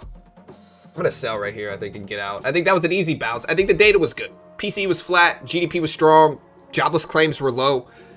Durable goods, but everything else is okay. Gold is actually reacting really well to this print too. Look at gold. Gold is at 4,020 right now. So gold is actually up. It was under 4K right before this report. We also see yields falling here, which is one of the reasons I took that short, is because like if you look at 2-year treasuries, right, like yields are dipping. on this report, which is good for gold. Generally what the NASDAQ was like. Look at 2-year treasury yields dip on this report. So it's showing we're not as inflationary as we could be, is what this report shows, right? GDP is still strong, but inflation is not trickling into everything to a certain extent with inflation last month that we should be concerned. Again, like I told you guys before this report, I thought a flat print would be a positive thing. GDP 2.1% as expected. It doesn't mean anything yet. Maybe I'm wrong, and this could be the first move is the wrong move scenario as well here. But let me get that banner up for you guys. But again, data was pretty good. Pretty good. Are you bullish or bearish on this print, guys? Let's do another poll here. Yeah, let's do another poll. Are you bullish or bearish on this print? Big divergence for gold. All right, 64% say they were bullish on equities. Let's see what MU is doing in the wake of all this. I mean, MU is almost back up to 1240. It's not a crazy big move. I do have to watch gold.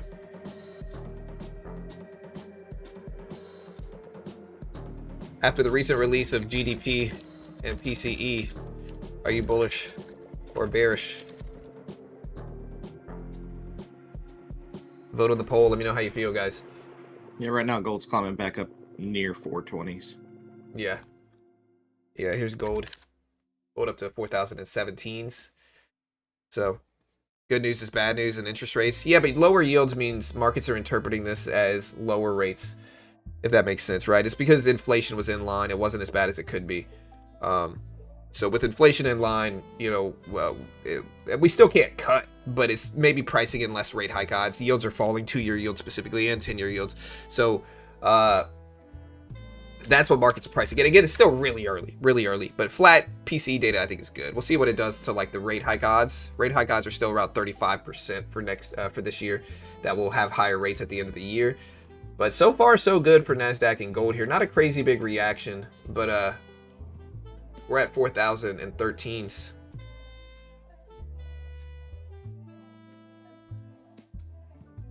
Oil at 68s. Yeah, let's take a look. Here's oil. Oil falling a little bit on this print as well. Yeah, here's gold. Here's silver. Yeah, silver up on this report as well. I almost like buying gold more than I like buying the NASDAQ. The only problem with buying gold right here is that gold has been kind of falling regardless in some ways. You know, even with yields down like they are from this print, gold is still one of those things where we had lower yields yesterday and gold still dropped. So we have lower yields, yes, from this report, which means what lower yields means, guys, just so you can understand this. All right, lower yields and interest rates follow each other. Right, they mirror each other. So, if we have lower interest rate sentiment, right, like if it looks like we're going to cut rates or not raise rates as aggressively as previously thought, yields will fall.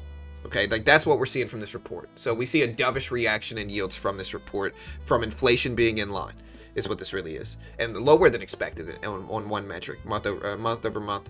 Headline PCE inflation was lower. It was at 0.4. So that is what markets are interpreting this as a dovish event, maybe causing less chance of rate hikes is what this is. That's why yields are falling. And gold likes lower yields. Again, just to understand the correlation, gold likes lower yields because when yields are paying out more, people don't want to buy gold. They want to buy bonds because they're paying out more. When yields are paying out less, as yields fall, more people are interested in buying gold. More people are interested in buying Bitcoin. And speaking of Bitcoin, let's take a look at Bitcoin here as well. Again, here's Bitcoin. Bitcoin's up from this report also. But we'll see if we hold at these levels here. You know, we'll see if we hold. We've already had some upward movement here. Yeah, people were asking about the Dow earlier. Let's look at the Dow. The Dow's green from this report as well, it looks like. Yeah, here's Bitcoin. So we jumped up some.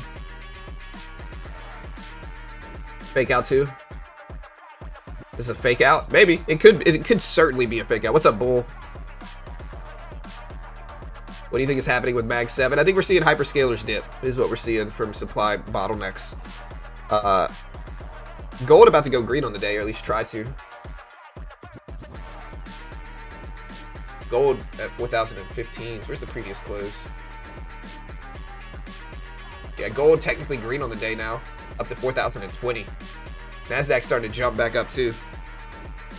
after this report.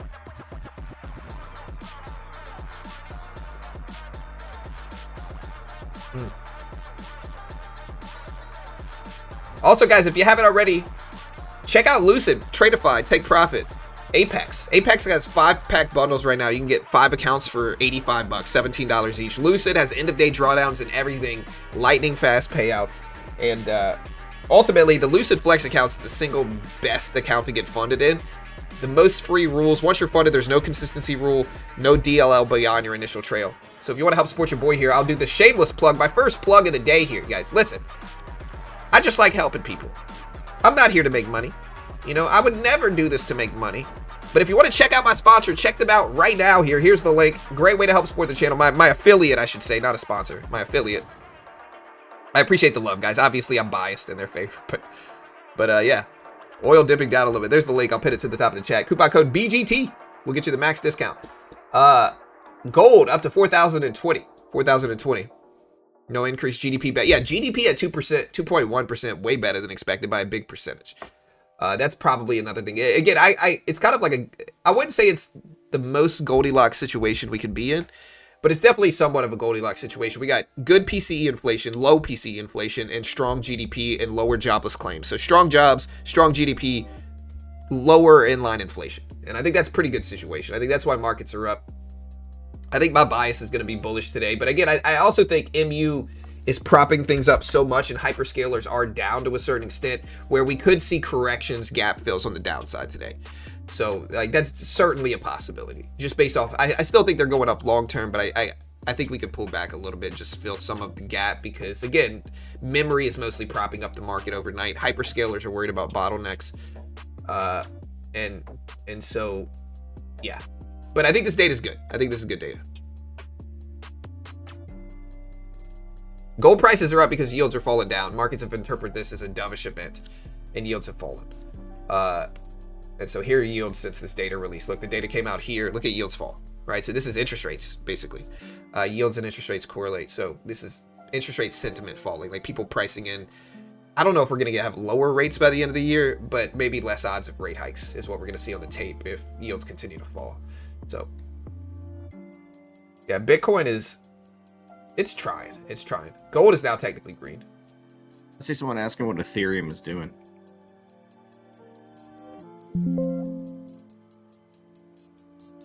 Ethereum's up. It's mirroring Bitcoin, basically, with this. Okay. Hyperscalers running out of cash flow to pay their CapEx. Yeah, for sure. How are odds now?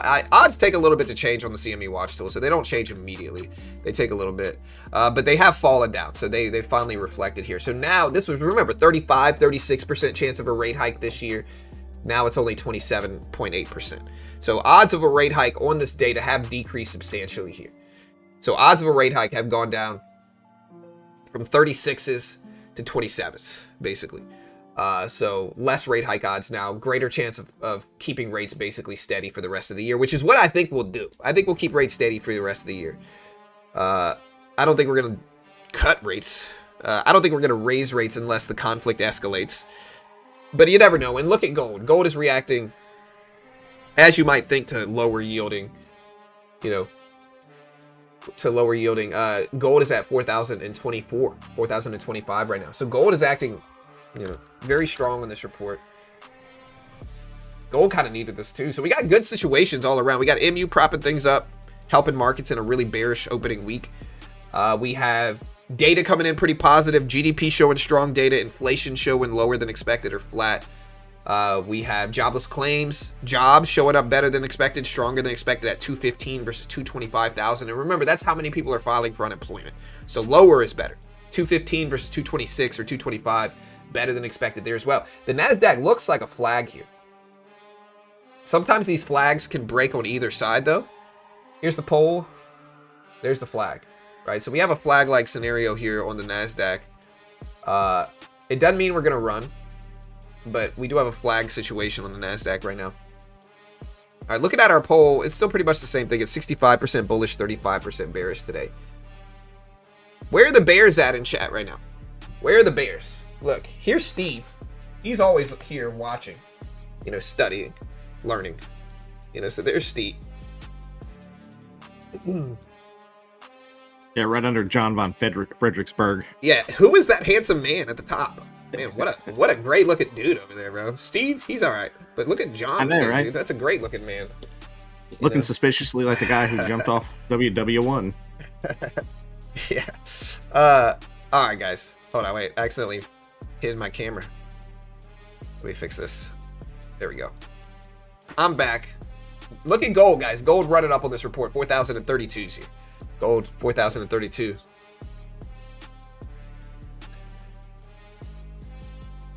I am bare today. Oh my god, that dude's right. You do look like Tsar Nicholas in that picture. Maybe I am. Maybe I am. 40 trillion in debt. They will never raise rates. Yeah, maybe. I lost 1,000 in gold. Hey, good luck, dude. Steve the lurker. Yeah, stagflation incoming. Maybe. I don't know. This report showed the opposite of stagflation. I mean, look. Context is important. 4.1% inflation. I don't care how you look at it. Is not really good, you know. But it was better than expected. It was flat, and this is heading. And this report does not reflect the cheaper oil prices that we're seeing now. Now it'll take a little while to trickle, but this report does not show the cheaper oil prices that we're seeing now, under $70 a barrel for WTI crude, right? So while I'm trying to make sure to phrase it in a balanced way, while this report is better than expected, we're still at 4.1% inflation, but that might start to ease next report with the lower oil prices, as long as the low oil prices hold, so to speak. Yeah, I'm bullish on the data, but bearish on the market. Yeah, I mean, look, I think the data's good. I think MU's up a lot, memory's up a lot. Hyperscalers are worried about valuations and capex and bottlenecks and all kind of stuff. And so, you know, a lot of hyperscalers are down. Here's Google, Oracle, you know, and more. So like a lot of them are down. MU is kind of propping the market up, but it's at 1240s. And so we'll see what happens here. But again, it's up a lot from earnings. It's up a lot over the last year. We could have a correction, but I'm still bullish on MU. Memory is one of the good hedges, you know, with AI. I think data centers are going to need to be built with all the growth, and so you know, MU and SanDisk and all the other memory plays, SK Hynix, Samsung, like they're probably fine. They're probably fine, although they're all up crazy amount here. When you look at PE ratios, right? MU PE ratio is probably what? It's like 65 or 70 right now. It's not low, but it's not crazy. It's not like Palantir PE ratio or something like that. So, you know, you could argue both sides, I guess. GDP is negative.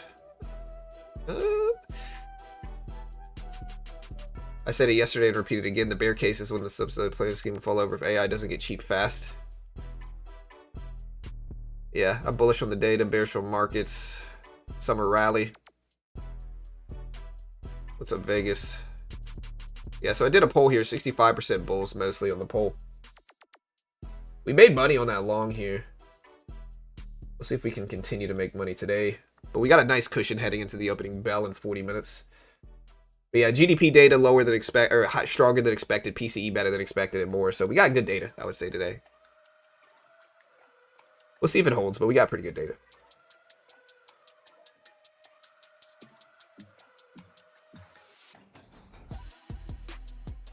All right, so U.S. Ambassador to NATO talked to Turkey recently about jet engine sales. Tesla announces another adjustment to production at the Berlin Gigafactory, an additional 20% increase in production, taking vehicle production to 7.5 thousand a week from October 2026.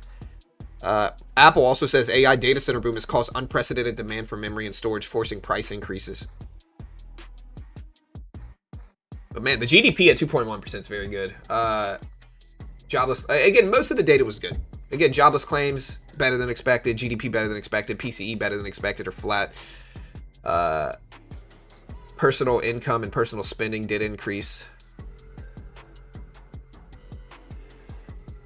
And then tomorrow we have Michigan data. Michigan data has honestly been moving markets more than it normally does too, which is strange. Are you guys red or green on the day so far? What do you guys think? Are y'all up or down on the day? Let me know. I don't really think there's going to be a pullback after those earnings. Yeah, I mean, we can look at SanDisk, right? SanDisk, its last earnings report, killed it as well. very similar report to MU in terms of just success, beat and race scenarios, super high amounts over expected, memory euphoria. You know, SanDisk went from $650 or $600 a share around their earnings report a couple months ago. They're now at 2200s, 2300s. So SanDisk. So I guess the point you could argue, good, huh? Yeah, they're doing great in the last 2 months here. And again, you could look at MU. MU might be doing these things. The only difference though is that like MU and SanDisk, they have sympathy movement with each other. And so like MU has already kind of made the moves that SanDisk did. It kind of went up with SanDisk earnings as well, and the optimism about everything. So you could argue that MU has already made the move with the sympathy movement it did with SanDisk's earnings a couple months ago. So I guess my point is MU might have less room to run on the upside. Speaking of that, though, SanDisk just broke highs of the day, got up to 2240s right now. MU is at 1240s. So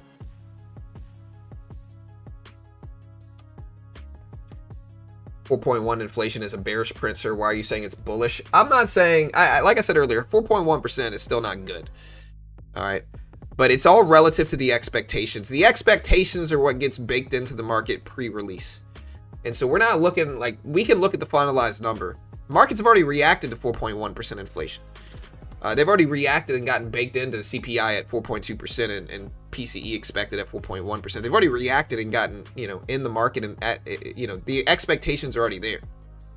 And so as I said before, it all matters in regards to what the number shows up as versus those expectations. Like, what's the difference in the numbers? And the difference in the numbers, it was mostly flat but lower than expected on one print for PCE inflation, which generally is going to be interpreted as a positive thing. And what it really is getting interpreted as so far is dovish. Okay, so markets are pricing in lower inflation because look at what yields have done from this report. And so I'm not covering it like it's super positive to be at 4.1%. That's not what I'm doing. I'm covering it in terms of what the market is pricing it. And the market is up, yields are down, gold is up from this report, which means that markets are pricing it in as less inflation, more optimistic inflation data, stronger GDP, lower yields, potentially less rate hikes this year. Rate hike odds went from 36 to 28 or whatever it is right now. And so, it ain't me, babe. It ain't me. It's the market. All right. That's what I'm saying. Oh, your fault, John.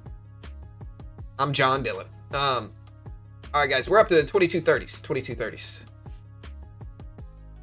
Fake pump, guys. You're going to see the opening drop. Yeah, I think we could correct some too today. Don't get me wrong. I'm not putting that past markets right now. Basically, I don't know what the freaking market's going to do today, guys. Because, again, I think a lot of stuff's down aside from memory. And so, market's up over 30K. MU is up big. Even if I'm bullish in these assets long term, the market is getting propped up by MU and memory plays today. So, and now inflation data's been pretty good. So, with everything said, we could see a gap fill at the open. It's possible. I'm not saying we do. I'm going to wait and see. Basically, I'm going to try to be reactionary and not predictive. I'm going to react to what we see versus trying to predict what it is, because I don't think tying myself to a direction is necessarily the right move today. We did go long after, we did make money. We have a very nice cushion heading into the opening bell after buying the dip from, the inflation and GDP reports. We bought the first pullback, the decent pullback we got, and made money on it. But again, as for what we do at the open, I'm not sure. And again, chat, you can argue, or not argue, but you can give your thesis on what you think the market's going to do today. And I can't really argue against either one. Do I think we're going to crash today? No. Do I think we're going to, pull back some? Maybe.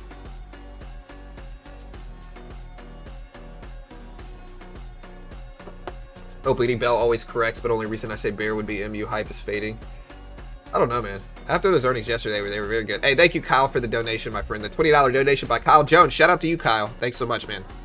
Everybody applaud Kyle. Thank you. You're a main man in chat today, Kyle Jones. Thanks so much for the donation, brother. We appreciate the love, man. Kyle Jones, 281 330 8004. Hit Kyle Jones on the low. Are we too old? Does nobody understand that reference? Does nobody understand the reference? Are we getting old, Britt? I feel like we might be, dude. Nah, dude, we're definitely getting old, but that's okay. You know, it's better than the alternative.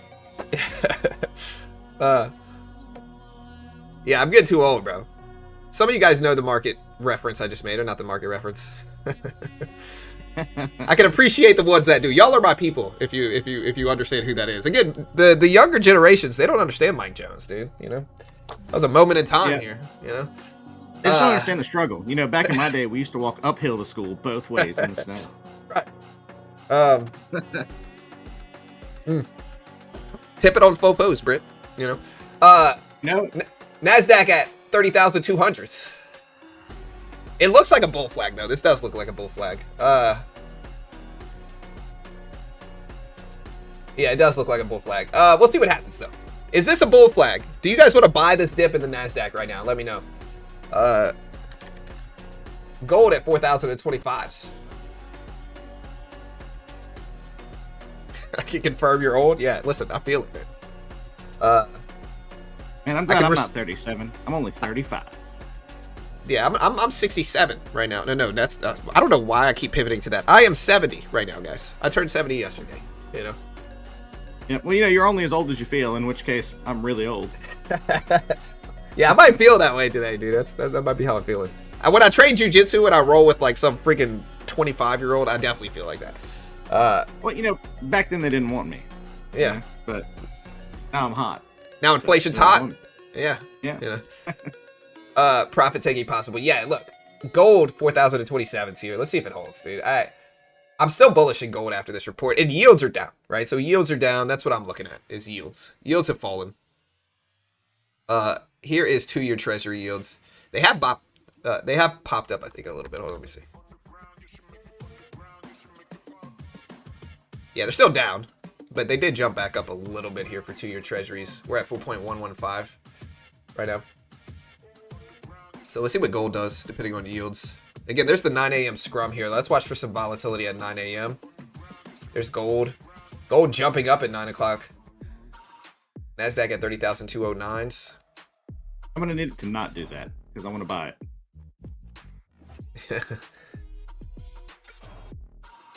We're at 4,035s. Yeah, I mean, I'm still gonna, yeah, I don't know.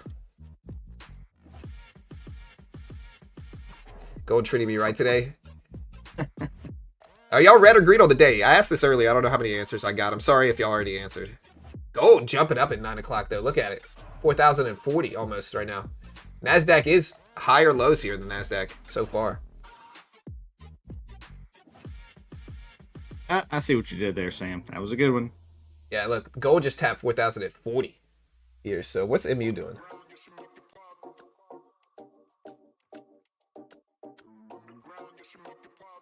Dude, I don't know where this song is. Put it on Lola Montez, you know. I like Lola Montez, dude. That's a great song, bro. I know. I do too. I wasn't kidding.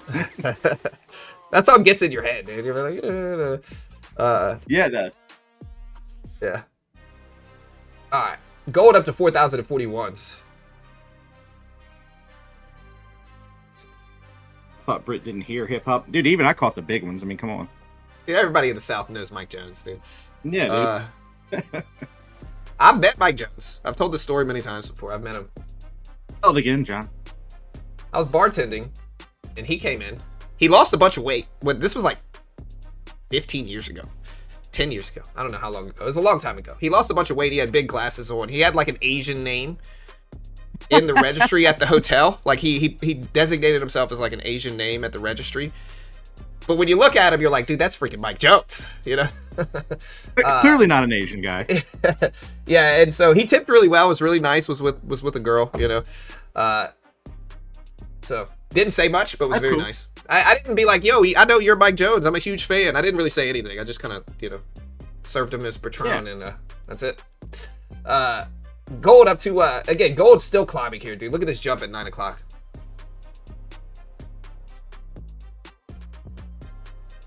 I met Webby. I have two, actually, and Boosie.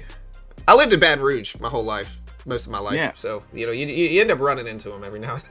I wasn't like a fan or anything, but I saw he was driving a Bentley. I was like, man, can I go look at your car? And my sister was there, and she's like, oh, you're just, you know, like, trying to like suck up or whatever. It's like, no, dude, how often do you get a chance to look at a Bentley up close? Yeah, I mean, it's Boosie and Webby. If you're from Baton Rouge, you understand. Look, gold's still climbing. We're at 4,050 right now. Yeah, gold's going up there, dude. It's moving up. Again, yields are down. Markets are pricing in lower inflation. More optimistic look at inflation here.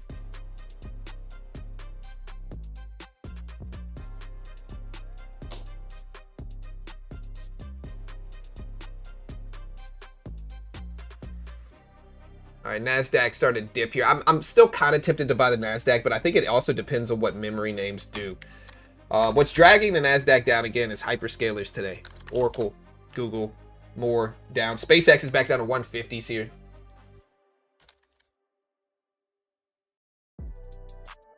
So here's a question. What stock or asset do you want to buy today with everything going on? Also, I'm seeing Google is reportedly reorganizing its AI coding strike team in an attempt to catch Anthropic in AI applications, according to the information. AMAT is introducing systems for advanced 3D chip making, including enhanced Centura Prime EPI, OptiQuad CMP, and Dakota, and others. So, what asset do you guys want to buy today? Nike and Apple? I don't hate it. No stock, buy gold. Do we buy the NASDAQ dip? I don't know, dude. Maybe. I mean, like, every time somebody says that, it just sounds like a dance from the 50s. Basically, Palantir, Netflix. I like Q. I want a pody. I would like to buy Nvidia, but I'll wait to see how it acts at the opening bell. Look at SpaceX. All right, guys, we got 25 minutes, but look at gold. Gold at 4,046 is here. Seller's market? Yeah, probably. At least, I mean, I don't know if it's a seller's market. The data was good. Markets interpreted as good, but it's early. Sometimes the first move is the wrong move. And a lot of the time, like, look, what we're going to start to see pricing in today is we're going to start to see the MU numbers get priced in a little bit more. Options, we might get some options getting unloaded at the opening bell. That's possible too. Or we might see some options getting balled up. It just depends. You can't buy options or sell options until the opening bell. And so after MU earnings, like, the thing to understand about it is that a lot of people bought options ahead of the close yesterday in anticipation of MU earnings, right? And so the real question you have to ask yourself, I think, with all this stuff going on is, like, what are they going to do with those options at the opening bell today? They can't sell until 9:30, and so that's in 25 minutes. And so, or they could buy more. We might see an influx of buys coming in at the opening bell. But, like, that's a situation where we could see some big unloads. We'll see. But yeah, that's kind of where we are now. NASDAQ is right at the 200 EMA. I'm up on the day. I might buy this dip real quick. Nick of Life says reletting on Nvidia at $200 is a steal. Look at that support. What do you think about that? I mean, I think short term there could be volatility, but I like Nvidia long term, obviously. Yeah. All right, so we're in a couple contracts here. We're already very green on the day. I wouldn't mind us ripping past this 215 area of the volume profile, but we bought a little dip at the 200 exponential. We'll see what happens. Small trade though, and we're very green on the day, so we can cut it if it starts to look bad. What are you guys interested in terms of, like, emerging sectors and stocks, new stuff? Like, no, there's quantum, robotics, quantum. For me, I think robotics and quantum are going to be the next two big boys. I think robotics will probably come first, even though quantum, like, the big money pull in robotics is going to be next. I think with everything going on in AI, I think the next step with a lot of these big companies is going to be building, AI powered robots, not just humanoid, but just generalized AI powered robots. Yeah, an actual physical shell, like a manipulator. I know what you mean. Yeah, and we already see it for sure, but I think that's going to be the next big pull. All right, so we bought this dip at the 200 EMA. Let's see if we get a rip back up here. There's the rip. And one person saying photonics and nuclear. I don't know much about photonics. Sounds interesting though. I mean, just based on the name. Yeah, I took one contract off up here. It looks like it was the right move. Still trying to let it test this 200 EMA, but if it slams underneath there, I'm going to cut it. Hopefully it moves up though. Hey, what's up, BT? What's up, Sage? What's up, Jarrett?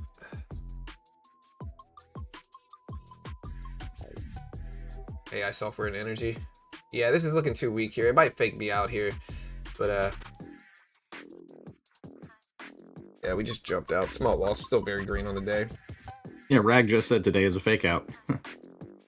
I mean, like I said, it could be just a, like, you know, anytime we have such a big move from earnings like MU did, there's always a chance we correct back down, you know.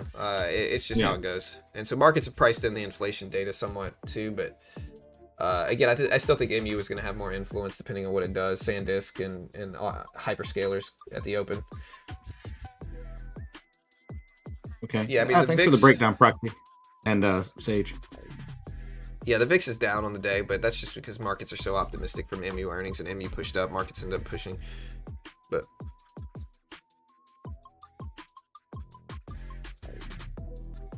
yeah, we're still holding at that 200 EMA, so I might have gotten faked out here, to be honest, but that's all right.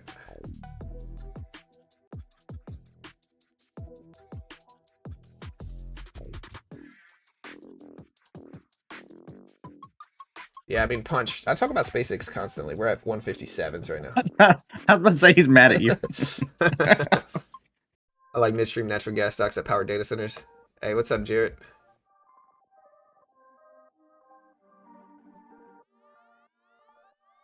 Marvel Lumentum. Or Marvel.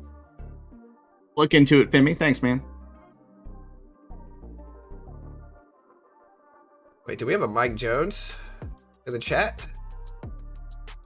Did you just change your name? Yeah, they just changed his name. I mean, I didn't actually expect it to be him, but like, what if it was?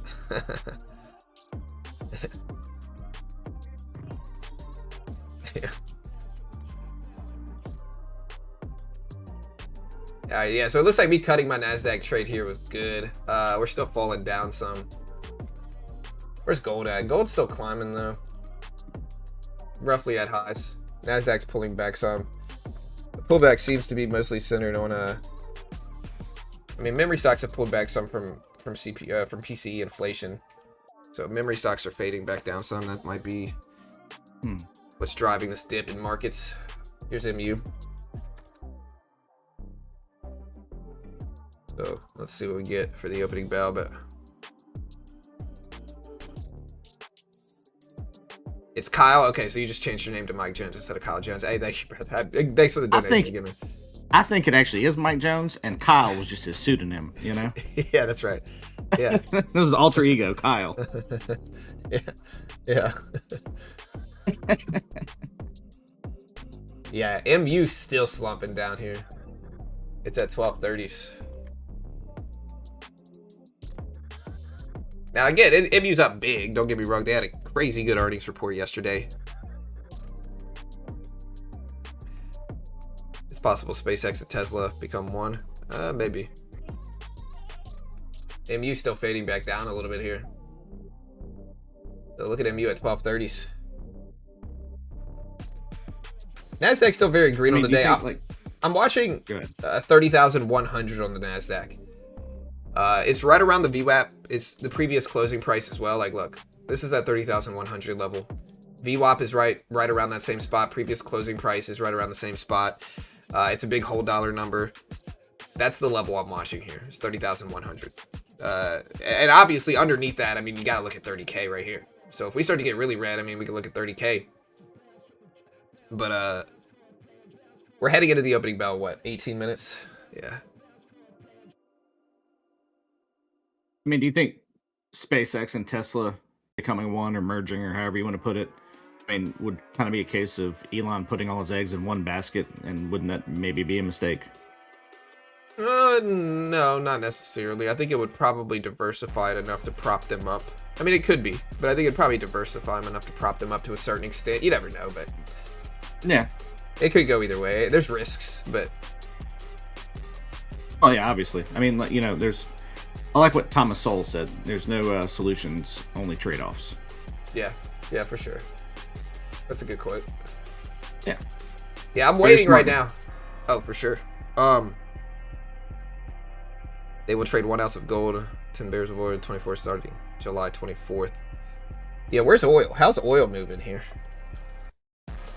Oil is actually starting to move up a little bit now. Look at oil. Do we have any news? Let me check. $70 oil price right now. Let's see.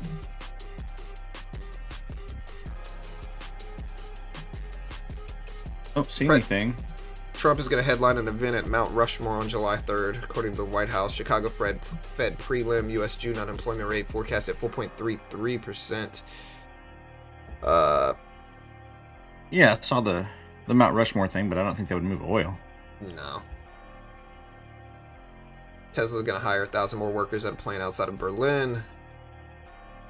Again, the inflation data is still at a 3-year high for PCE, its highest level in more than 3 years.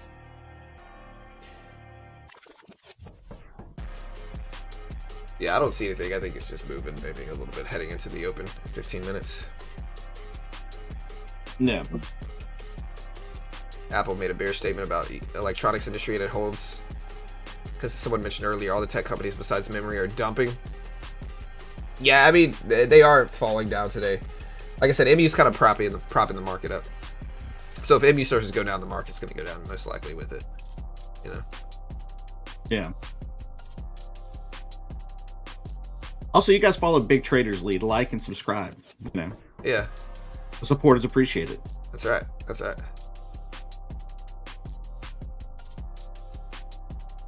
You can use it to see accurate gold oil prices over the weekend.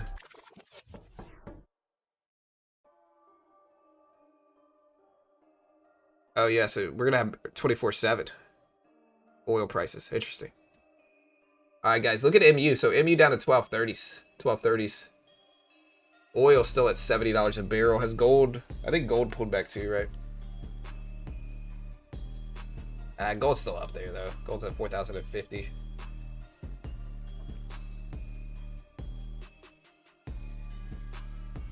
Honestly, every time somebody mentions the Optimus program, I just have a very fearful iRobot moment.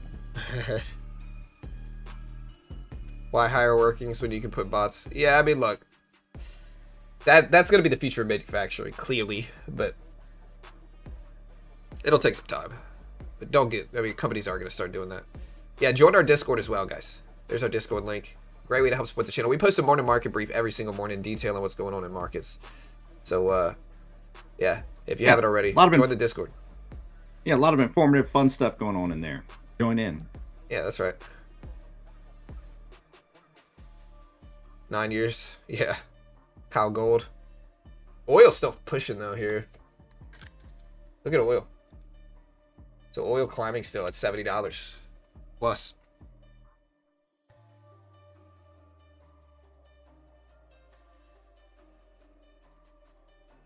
Meta's chart looks god-awful. Yeah, Meta's down big on the day, too. It's had a rough time. Meta, honestly, has a really low PE ratio as well, so I don't want to hate it.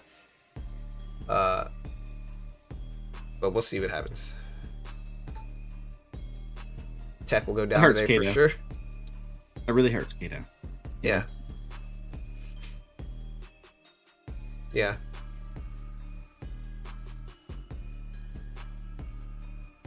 NASDAQ down to 30,150s. 140s. I got a short just in time.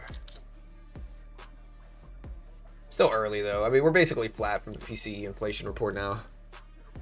Indian government announces that it has restored non-domestic liquefied natural gas supplies to pre-crisis levels and have withdrawn secondary or sectoral supply restrictions on LPG supplies. Yeah, I mean, obviously I'm watching MU at the opening bell. I think we all should be.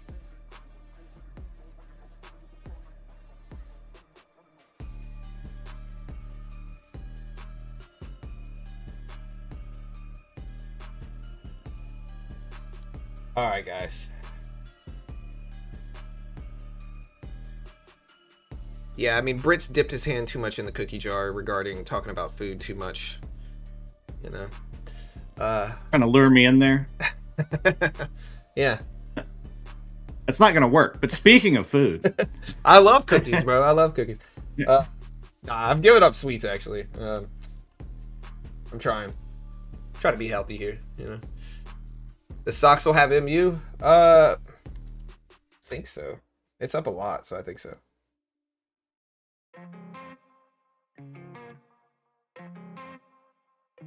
Yeah, it's a major holding in the Soxal ETF. Yeah, I thought it did. You know, it's roughly 7.9 to 8% of its total assets.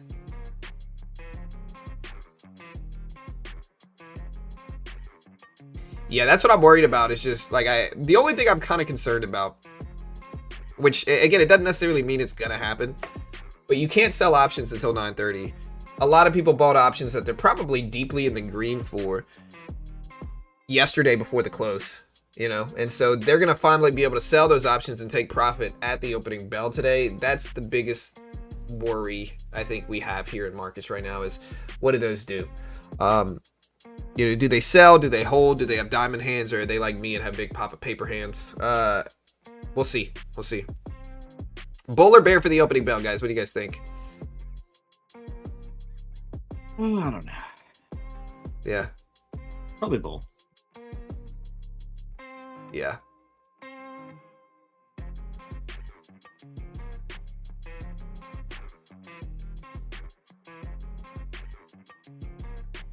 Bear. Bull, bear. Yeah, I could tank it with profit taking catches on plus and downward pressure, but unlikely. Yeah, I mean, look, momentum could also get control. We're pulling back ahead of the opening bell right now. So if you look at this, like, we're kind of pulling back now. Maybe that means we're going to not pull back as much, or at least maybe not have so much pressure. But MU's pulling back now, dragging other things down. So we'll see what happens. Gold's actually dipping down a little bit as well. Still green now, still over 4K. But gold's dipping down too, so I see bear, bull, buy the dip. Dipped and rip. I'm dumping MU options at the open. Gold pulling back some too here. Yeah, so getting some baked in price action. In 5 minutes, we do have the market on open data going live. So we'll see what that data looks like too. But all right, guys, we are at 12:30 here for MU. Still up a crazy amount. You guys got to remember, MU was under 1,000 yesterday pre earnings. Had a 17% implied move. It did, you know, it did move a lot. 1250 is the high pre-market, big whole dollar number. So obviously 1250 above us on MU makes sense to pay attention to. 1215 underneath us, I think, is a low area. But again, here's gold. The DRAM ETF still up to almost 80s. Bitcoin again. Okay, look at this again. Bitcoin US dollar at 61s. SpaceX back up to 158s. So it's trying to hold up there too. Yeah, Bitcoin moved a little bit on the upside. Yields, I know I'm like a broken record with yields today, but looking at the net effect of yields makes sense. Yields did fall. Like, here's where the report went live. And then this is where yields went. So they bounced a little bit over the last like 20 minutes, but they did drop pretty significantly from the inflation report.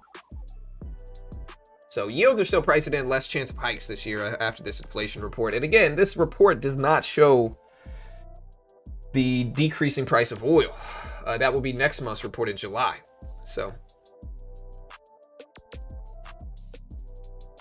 could be a fake pullback then bull.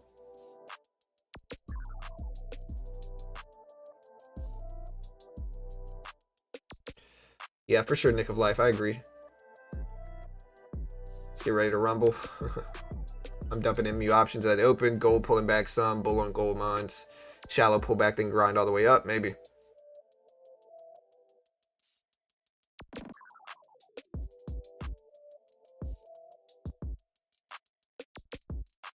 Yeah. I love sweets too, dude. I really do. I love sweets. Me too. I like them too much to where I'll eat them after every meal if I get into like a bad cycle of it, you know, and that's the problem, is that I'll just keep eating them. Me too. I go long periods without eating any sweets, and then I just like binge. Yeah. For like 2-3 weeks, and then I stop again. Yeah. I love cookies and ice cream, so it's hard. Yeah, me too. All right, guys, are you bull or bear for memory plays at the opening bell, specifically MU and SanDisk? In 2 minutes, 2.5 minutes, we have the market on open data. So let's see what the Nasdaq's doing here. Well, in that case, BRB. Okay. Yeah.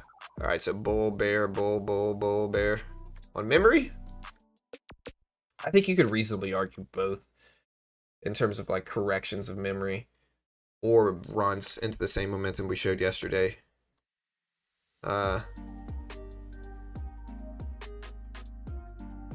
Bull, mostly bulls. Bull in memory. Bull.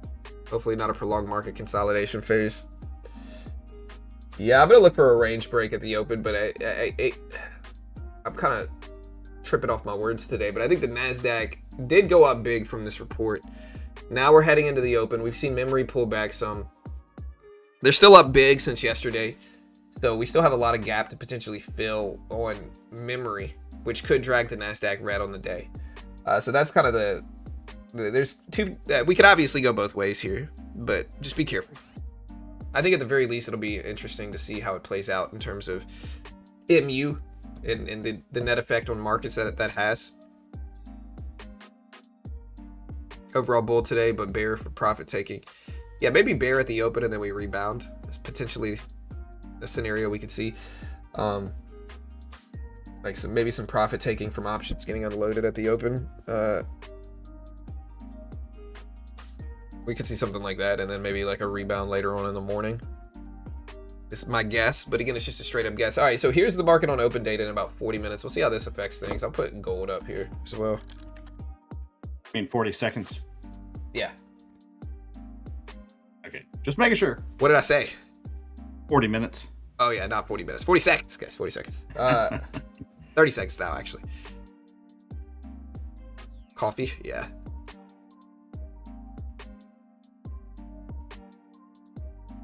Bitcoin bull or bear? I mean, I'm a bull long term in Bitcoin, but it's looking scary for sure. But 4-year cycle is what I'm looking at. So we'll see if we get a turnaround in, what is it, October, November.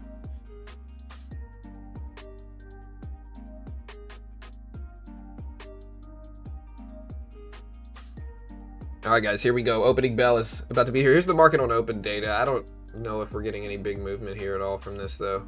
Looks a little slow today.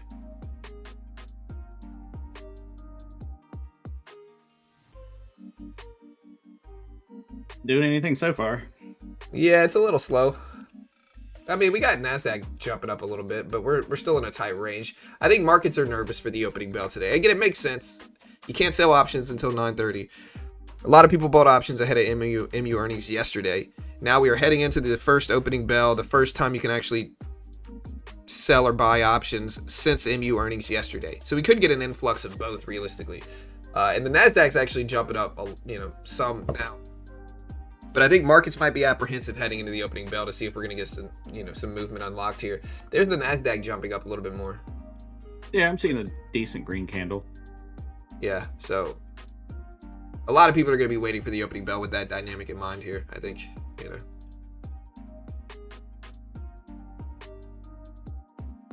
MU hit a price that already discovered pre-earnings. Yeah, for sure. Again, MU, though, ran from SanDisk in memory hype. So, like I said earlier, SanDisk had earnings, did really, really well. MU moved in sympathy with memory, in general, like the whole sector of memory.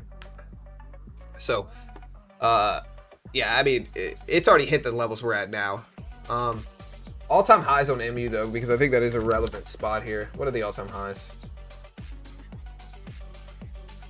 I mean, I guess if we open up now, we might technically be at all-time highs.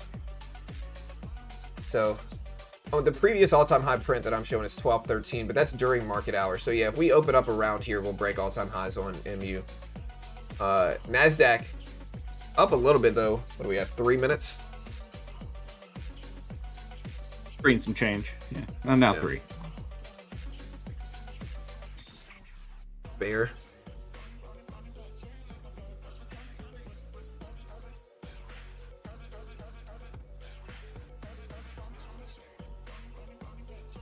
All right, I don't like this song at all.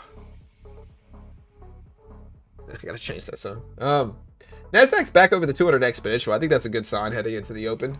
All right, guys, 2.5 minutes into the opening bell. Gold at 4,036 for gold futures, at least. Yeah, we'll see what the algorithms do for the open. Yeah. Like, I'm curious to see what the algorithms do. Stretch. Yeah, stretch, dude, is completely decoupled from the ooh, dude, stretch is down to 81. Ugh. It's down 20% from where it should be for stretch. Stretch is supposed to stay close to 100. That 81's right now. All right, guys. NASDAQ pulling back to that 200 EMA here. We got 2 minutes left, or less than that actually now. Remember, hit the live button next to the play button. Put it in 2x speed. Is the music too loud, guys? Should I turn it down? Again, I'm not really picking these songs. These songs are just on playlists. MU plus 18%. Blue Owl is reportedly in talks to buy a stake in the Cleveland Cavaliers. Blue Owl might need to do that. So many different. Turn the music down, yes or no? It's a democracy in here, kind of. I'll turn it down slightly. This is a cheerocracy. It's bumping. There we go. All right, guys. Let's see what the opening bell brings. We got less than 1 minute until the opening bell. Will MU hold? Will the NASDAQ hold? Will gold hold? Or will see pullbacks? Or do we run big? You know? I naturally think or hope we run big. I hope we run big. You know? All right, guys. We're at 3:01.5s. All right, 30 seconds here. 30 seconds. No need for music. Yeah, I can turn it down.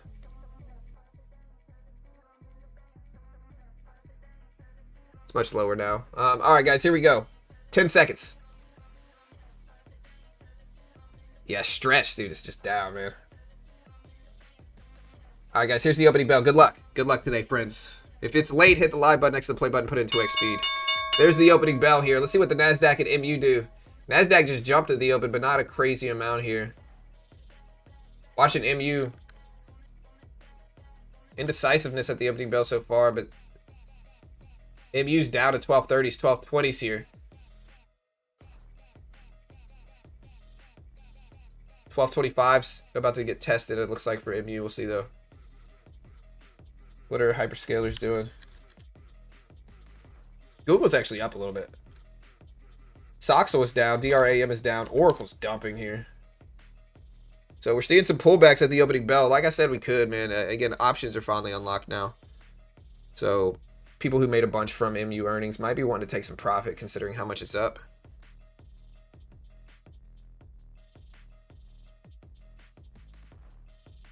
You can't hear the music at all? All right, I'll turn it up a little bit, but... All right, guys, NASDAQ at 30,000 and 120s. MU at 1220s here. So we are seeing some dips. We're running into the VWAP previous closing price at 30,100 level I talked about. Let's see if we prop it up here. All right, we're dipping underneath that. NASDAQ went red for a second. It's still, now NASDAQ is back red. Yeah, that level didn't stop it here. We're still dropping at the open.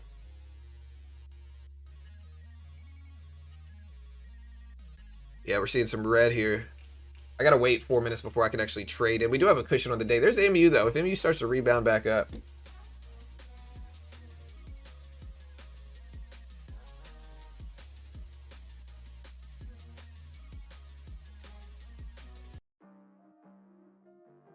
All right, NASDAQ down to 30,075s. It's now red on the day. MU's down some, though. It's not down a crazy amount. But it's down some. The low of this pre-market price action is 1213s. I almost want to buy the NASDAQ here just based off of MU rebounding. It's still a little early. But MU just did red to green.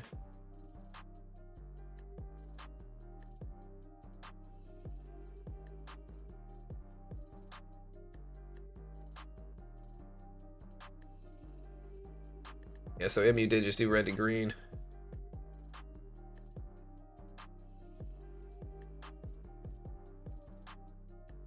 All right, MU still pushing up. About 40s now for MU.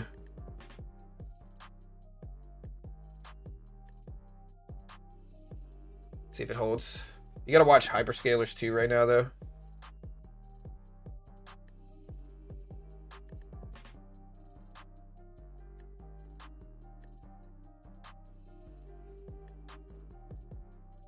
All right, Nasdaq just cracked lows again.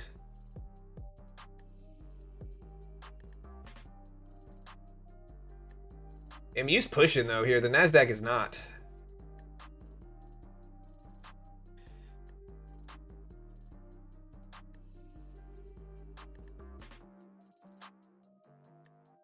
Again, look at Oracle, guys. Oracle at the opening bell is kind of nasty. SpaceX did move up, but then pulled back some here too.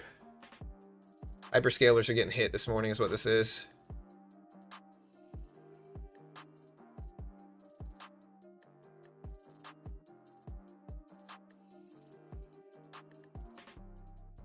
Look at the Nasdaq. Look at MU though. MU's still holding it up though here. So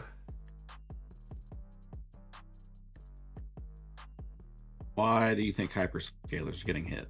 well, maybe supply restraints and fears of over that stuff is making people nervous. All right, so I did jump into a trade here. I will put it up.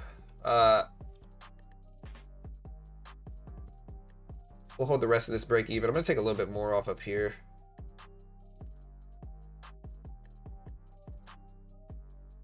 We'll start to cut it if we can't hold. Okay, that's still holding really well. Look, I'll put this up on the, you can see it above me, my P&L right here, if you want to see it a little bit clearer. I'll take a little bit more off up here. Hold 2 contracts left. Break even on the rest.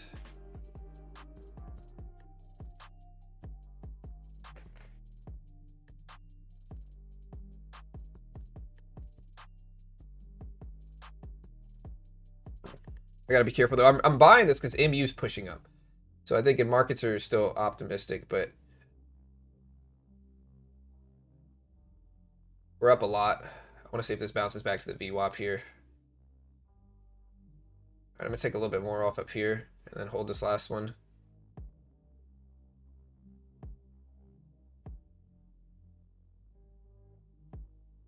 There we go. All right, we're roughly at the VWAP now. I'm gonna take that off here. So we've got to be up a lot today. What are we up? We are up $560. See. I'm up $8,500 in my SanDisk position today. All right, good for you, the Avengers. Nice. Awesome. Yeah, look at MU. What's interesting though, like hyperscalers are falling. CapEx valuation fears, bottlenecks, and more. MU's up to 1250s all-time highs though. 1255 new all-time high for MU. SanDisk is up to 2270s, almost 2300s. Oracle's really red this morning though.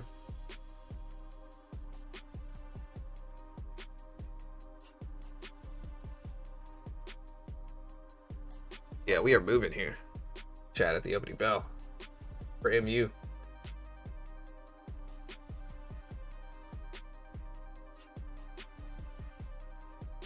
Yeah, looks like I got out just in time on the Nasdaq too. Here, I wanted to ride it up to close to the VWAP. We got close enough for me to take profit. Yeah, Microsoft, Meta, Amazon, Netflix just getting hammered again. Yeah, Mag 7's getting hit. Memory's propping it up, but again, we're seeing so much weakness in the Mag 7 that memory plays are not really propping. Even though memory's up big, all-time highs right now for MU. It's still a situation where Mag 7's getting dumped. Nvidia's at 190s. So gold's moving up though. Gold's at 40,041s. The lag 7, yeah, right now it is.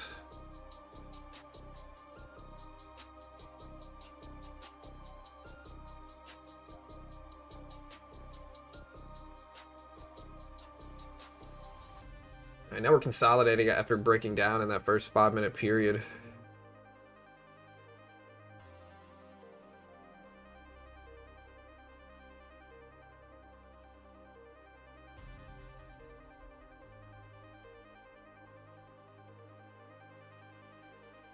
Nasdaq just cracked lows again. MU's dipping down too. So if MU starts to trend down with the Nasdaq, that's a situation where we could pull back a lot.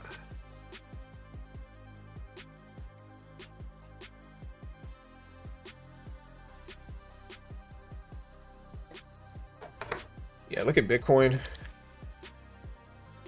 Bitcoin just fell back under. It's now red on the day. It's at 6,080s, 800s. Nvidia's down to 198. Nasdaq about to run into 30,000 right here, though. Let's watch 30K here. So here's 30K on the Nasdaq. Let's see what happens at this spot.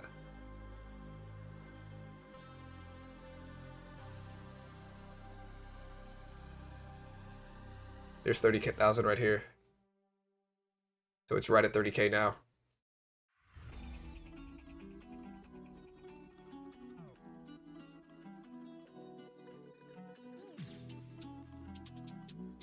Alright, so we just tapped 30,000 on the Nasdaq. Bitcoin just gapped down a little bit on that candle. Weird.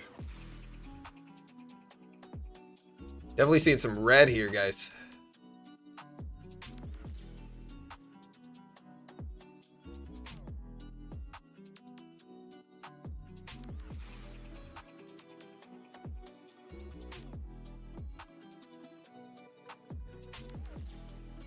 MU SanDisk are not pushing.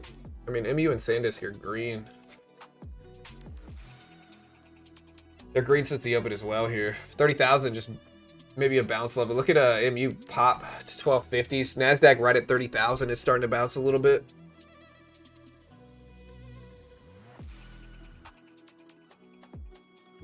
Oh yeah, what we're looking at is yeah, my P&L thing kind of went crazy. I gotta fix it now.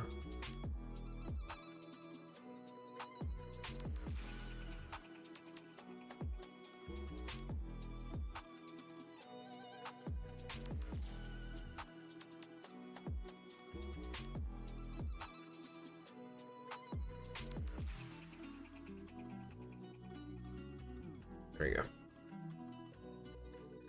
Strategy and stretch, dumpster fire. Yeah, they're scared right now for sure.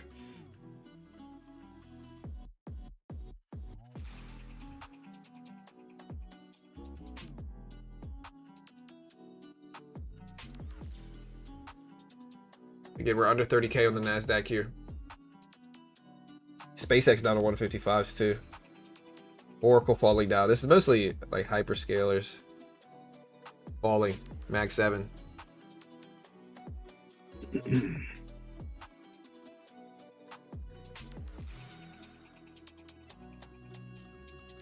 trade the 4-hour fair value gap. Hey, good luck, dude.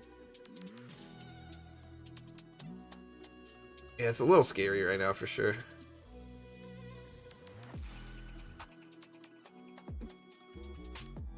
It's toast. Look at Nasdaq here, under 30,000. MU at 1230s, falling down too.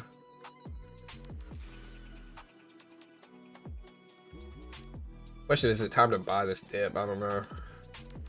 I don't usually trade against the trend. I'll consider it, but there's risks. Watching this, just wondering if the Nasdaq's going to keep running down like this. Yeah, it looks. I'm tempted to buy, but you know, we are seeing some kind of just corrections. Yeah, I'm gonna I just wait. have bad luck. I don't know if I, dude, I just feel like if I go short, it's gonna run up, and if I go long, it's gonna fall. Yeah, well, like that happens to me every time. Yeah, but that's every new trader, dude. You know. Yeah, no, I know. I mean, I know. I'm just kind of gun shy at this point from burning my last account, and so I'm hesitant to get back in it. But yeah, just trying to educate myself a little more before I lose another one. Yeah, I mean, we are. This is really red right now in the Nasdaq. We're back down to where we were. MU starting to fade back down too with hyperscalers as well. Oracle's down, Microsoft down. Everything's basically down in Mag 7 right now. Yeah. Amazon down. Nvidia's down. 196s. MU's really what's breaking down here. Yikes. Deeply red open. How much is MU down?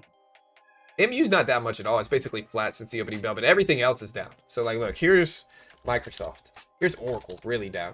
Nvidia, guys, is what's driving this latest push down, though. Nvidia's at 197s. Nvidia's gone from 202s down to 196s here at the opening bell. It's basically down $5 a share, which is about 2.5% of price action here. So So 2.5% down for Nvidia just at the open today.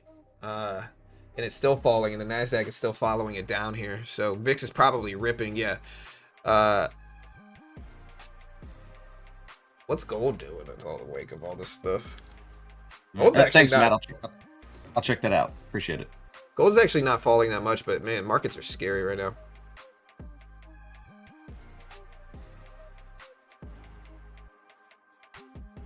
All right, man, we have not stopped this breakdown. Look at this, dude. This is a nasty drop here. Y'all be careful today, guys. Be careful. This is a very large pullback, short term. Very, very large.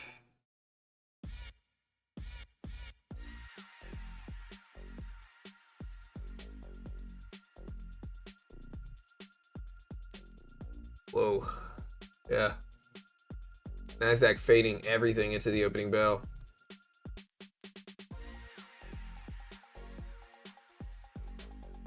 Look at Nvidia here, which I think is the big story right now.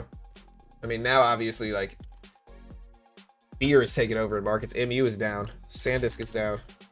Since the opening bell, that is. They're still up very big on the day, by the way, but we're filling the whole gap in a lot. We're filling some of the gap in a lot of these.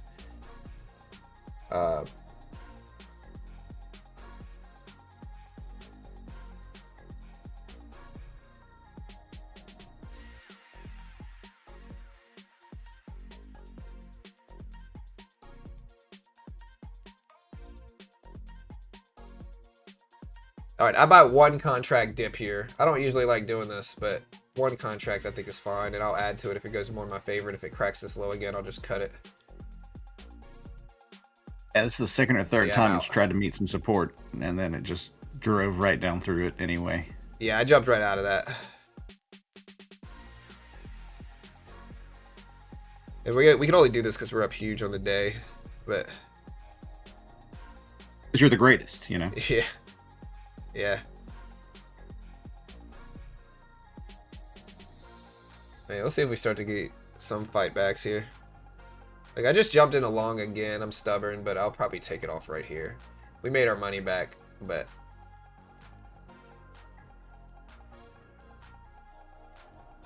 Gold back up to 430s. Yeah, gold's moving a lot, but the Nasdaq, Nvidia, and chips, tech are moving. That's what's moving the markets right now. Yeah, Nvidia's down to 196 this year. Goodness. Yeah, nasty market. Again, guys, if you want to limit your risk day trading, try a funded account program. Most day traders lose. So if you fund your own account thousands, you're probably going to lose it, like most day traders. Nasdaq just cracked lows again.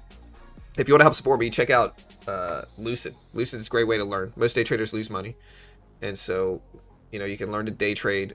There's some risk, like the base Lucid account. You can get a Lucid account for very cheap. You can get 50% off if you use my coupon code if you haven't used it yet. It's BGT. But the Lucid Flex account, it takes 2 days to pass, but once you pass it, the best rules in the funding game, in my opinion. No daily loss limit beyond the initial trail, end of day drawdowns, and no consistency rule once you're funded in a Flex. It takes a little bit longer to get funded outside of it, but yeah, check it out. You can use it on Apex, coupon code Tradeify, coupon code works. Take profit, coupon code works. Man, look at this breakdown here, guys. Wow. How fast are the payouts on Lucid? Very quick. They're like 1 minute. I got mine in 1 minute, but they're very quick. I think average time is like 15 minutes, but very fast. There's the link right there. Yikes, guys. Look at the NASDAQ dip here, dude. So NASDAQ is falling. Percentage-wise, what are we down on the day now? Let me see. Down like, what, like 400 points or something like that? Which I know is not a percentage, but... 500 points. So far. I was a little behind. Yeah. So 30,100 down to 29,600s.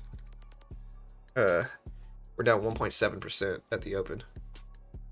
More than that since the open, honestly. The opening bell, we really started off at about 200, 30,200. So in that case, we would be down 2% since the opening bell today already. And once again, it's trying to hit some support, and it just doesn't look like it's going to hold it.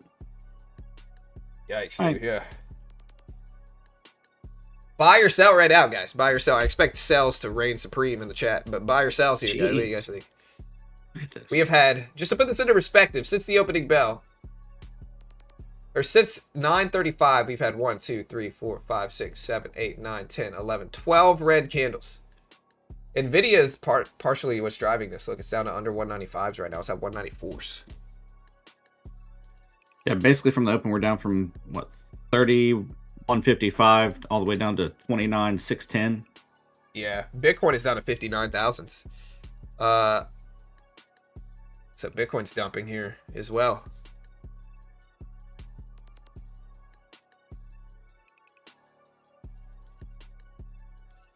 Yeah.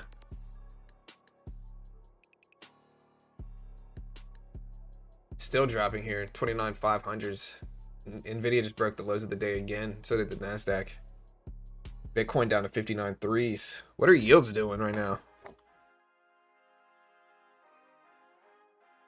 See what's strange about this, guys, is like, I mean, yields fall with market weakness, of course, but like yields are still down even more. It's just AI and tech fears is what this is. Man, Nvidia's at 194 right now, guys. This is a crazy market dip here. This is not small here, guys. This is very large. Just deep corrections here. Deep corrections. Scary. 194s.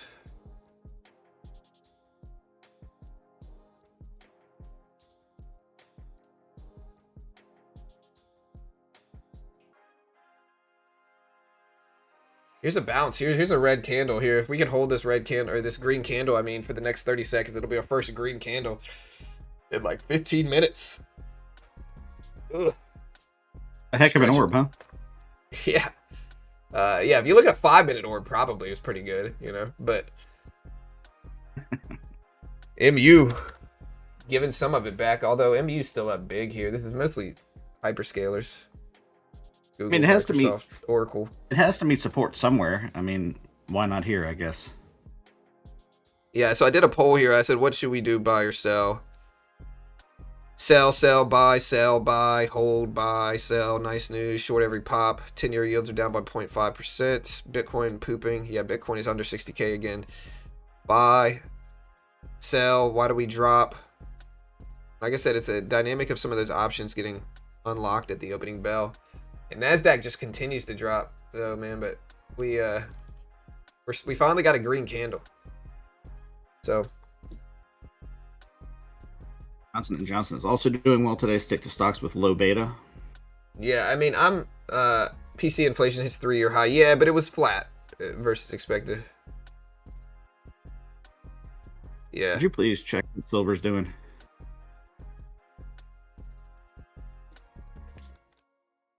I don't know if I will, man. He's saying it too much.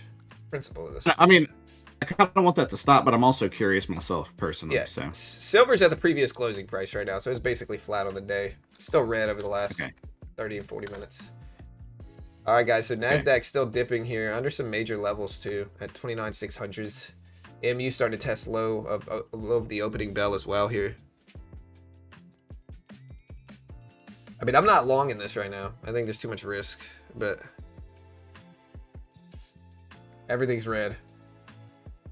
Apple's really red. Amazon's really red. Microsoft's really red. Netflix is red. Oracle's pretty red.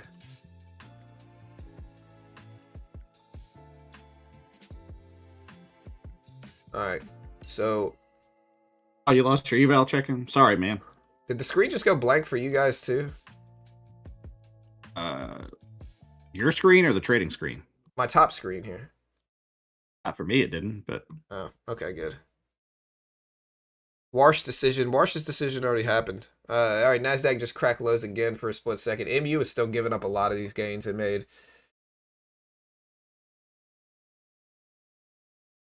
it's probably going to chop sideways from here for a little while, or start dropping here. again. Yeah, SpaceX is basically flat on the day, so I mean, it's not really yeah, it's not really down as much as everything else is. This is mostly AI fears. Nasdaq down to 29,500s. Look at MU getting sold off here as well. Wow, look at MU drop. It's at 11.5s right now.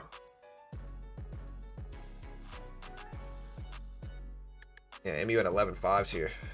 Yikes, dude. Yeah, there's the silver lining checker. Bitcoin cracked. Yeah, Bitcoin, dude. Look at Bitcoin. I mean, I want to keep some of these charts up, but like, look. Look at Bitcoin. E. I wasn't saying it was choppy, Sam. I was asking if he thought it was going to chop from there. That's all.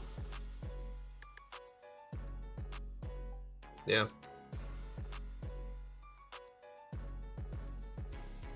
Oil's actually up to 724s here. Netflix is actually green, yeah. Nvidia just cracked lows again. It's at 193s. MU did as well. Nasdaq did as... I think Nasdaq did as well. I'm assuming Nasdaq did with this. Yeah, Nasdaq down under 29,500s here. I mean, we're up a lot, mostly shorting the market today. We longed it earlier. Now we jumped in short at the open, but... Or no, we did long. We longed at the open. I don't know what we did, but we're up. Can this be considered a crash? No.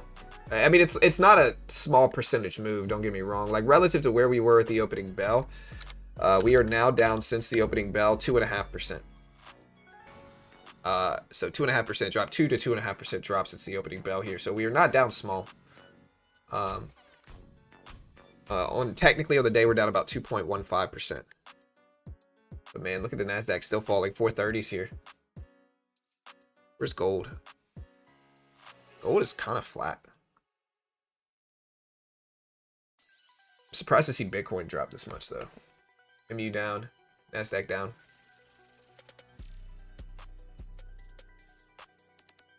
Intel now red. Circuit breaker incoming. What's it, 7% circuit breaker level?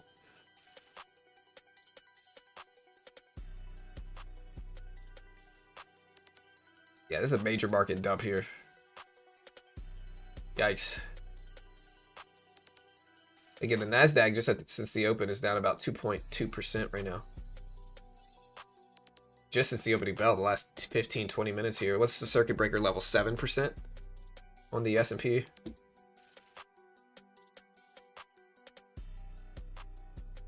The reason for this drop is from bottleneck, CapEx, and AI overvaluation fears. This mostly has to do with hyperscalers. So that is what really has been weak. And then MU is correcting a little bit after a big gain from its earnings report. But this mostly has to do with hyperscalers. At this point in time, though, it's starting to drag into everything else. You can look at Oracle. Oracle's down to 150s. You can look at Microsoft. Microsoft's down to 350s. You can look at Meta. Meta's at 540s. You know, a lot of stuff is just down on the day. Although some of them are starting to bounce back here. I bet that if I go short, the market might reverse. Yeah, it might, bro. It might, dude. So it's the 5 account deals with Apex, Michael. So the 5 account deals with Apex. You can find the Apex link in the description, and then you just use my code, and you can buy 5 at a time. It's like $17 each. It's intraday trail drawdown. So if you want end of day trail, it's a little bit more, but it lets you pick which one you want. Please do it. Go short, dude. I also want to buy this. I'm seeing some rebounds in plays here, but I gotta watch MU.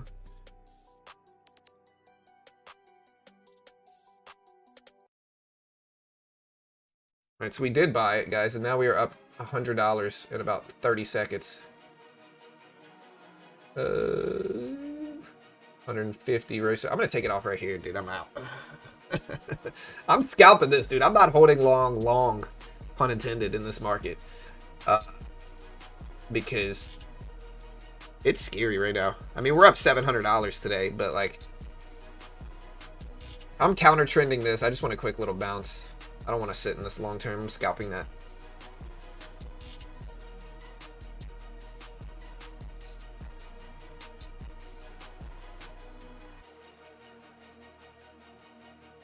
Yeah, dude. Yikes.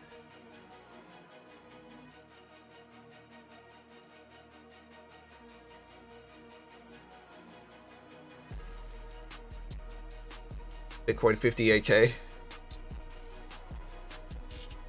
Honestly, the dip buy would have worked. What I saw here, just to clarify why I scalped that move. What I saw here, I saw MU bouncing back. I see Microsoft bouncing back. Google bouncing back. I'm seeing hyperscaler rebounding is what I'm showing. Like, that's why I chose to buy there, because I see some rebounds in hyperscalers. MU still propping it down, though. Nvidia still propping it down.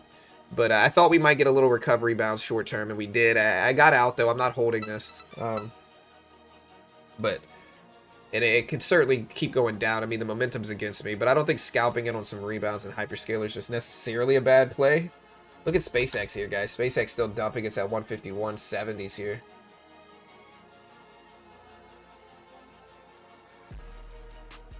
This is not a crash. It's technically, I mean, a crash is 25%. Correction's 10%. Circuit breaker halt intraday is 7%. So we're at none of those levels yet. Percentage-wise, again, since the opening bell, the NASDAQ is at, what is it? Let me see.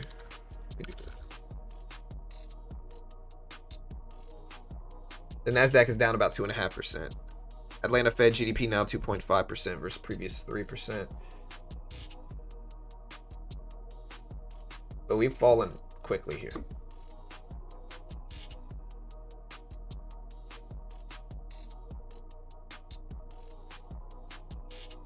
Hey, what's up, Blaze? Good job, dude. Are y'all green or red so far? Be honest. Are you up or down on the day? Be honest. Be honest.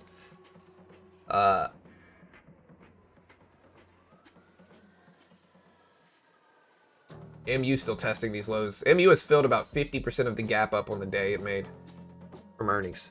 It's filled about 50% of it so far. Be honest, guys. Are you red or green on the day? Let me know.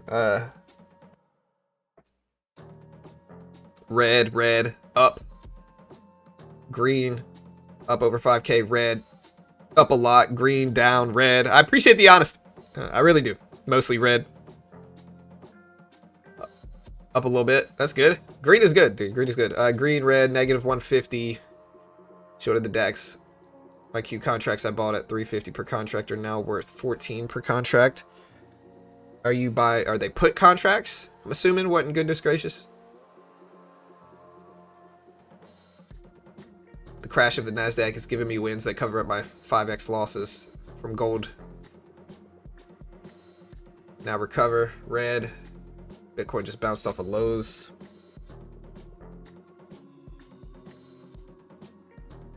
Red 3K. Green and going fishing. Hey, good luck. Lost a grand. Eesh. I'm up on trades, but the overall portfolio is red. Yeah, that's me too. I mean, my portfolio is definitely red. I mean, I think most people's portfolios are, because most people are holding at least like S&P NASDAQ, which is Mag 7, which is not doing good since the open. It's peaks and valleys though, so that's kind of how it goes. Nvidia back at almost 190, 193s right now. MU has been filling the gap too here. 193s right now. Up in most. Yeah, it's definitely looking a little spicy today, man. Alphabet's doing okay since the open. It's back up to 340, so we might see some recovery here, but I have no idea. But maybe. Nvidia's bouncing a little bit. Google's bouncing.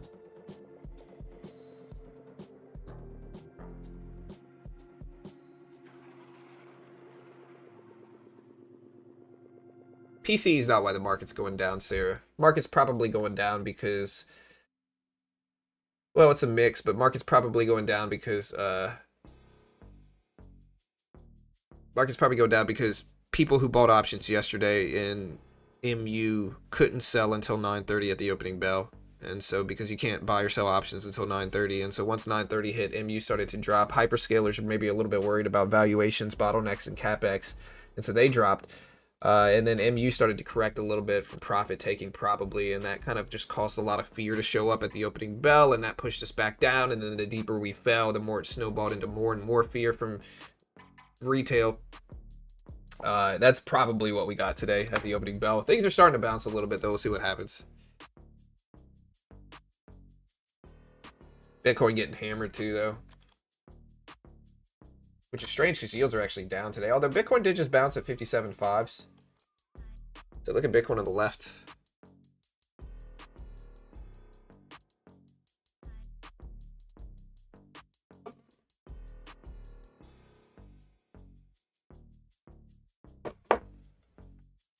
Stretch at 75, dude. Yeah. It's supposed to be at 100. It's supposed to be like pinned to 100. So that's not good. MU bounced a little bit. The Nasdaq's starting to fight its way back up. Nasdaq back at 29.5s here.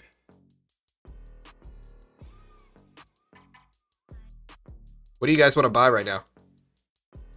Let me know.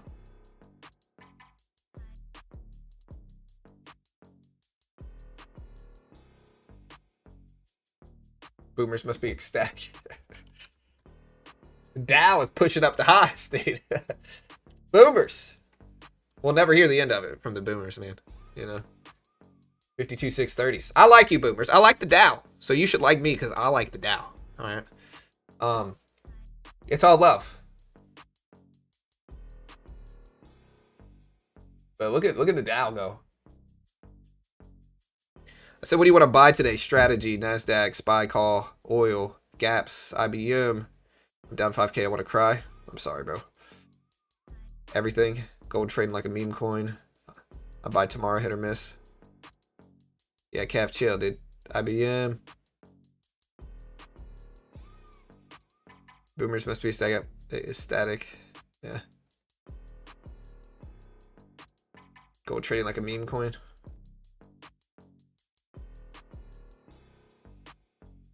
It's definitely a little scary of a day here. Look at the Dow, 52.65s. Bitcoin at 58.8s.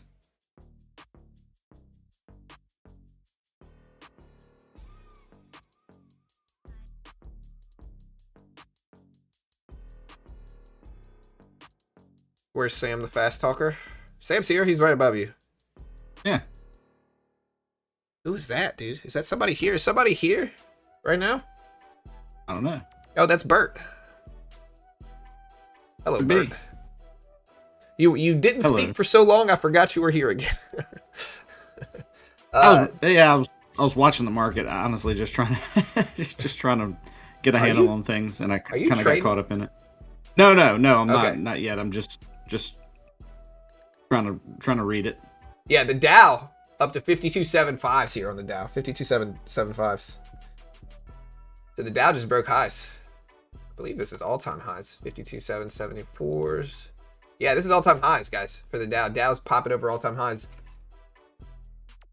Nasdaq bouncing back a little bit. MU started to test this low area again, though. So look at MU. It's about to break down under 1140, which is roughly the low. What in the goodness gracious is John behind you?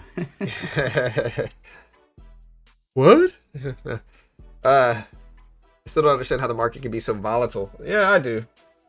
I mean, MU earnings are big. The AI runs over the last 5 years have changed things, though, for sure, in terms of volatility and movement, percentage moves, like what to expect, like everything. So we need a tweet to save the day. I don't know, dude. Like, I'm up enough, like $700 on the day. I don't know what I want to do with this, though.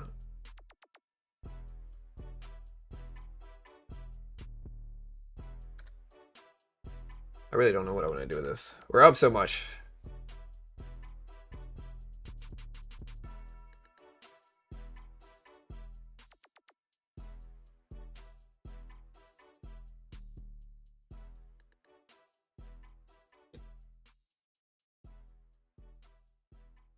Look at the Dow rip. Here's gold. Gold's back up to 40,035. Hey, thank you, LS. I appreciate the love, bro. Thank you, sir. I made $6,500 in one trade. Nice. All right. Good for you. Yeah, that's good. Bitcoin has historically started its accumulation phase after breaking 200-week moving average. Surprise rate cut in July. Nah, bro. We're not cutting rates in July, dude. Hey, I wish I was, Steve, but no dice. At least not yet.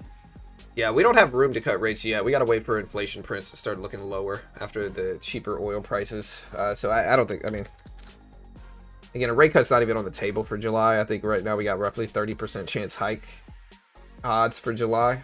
The rest is just pause. So 70% chance we pause, 30% chance we hike roughly. Unless it's changed since the last time I looked at it like a couple minutes ago.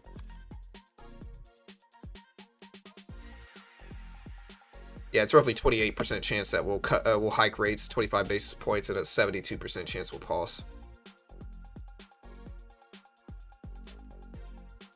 MU starting to fight his way back up.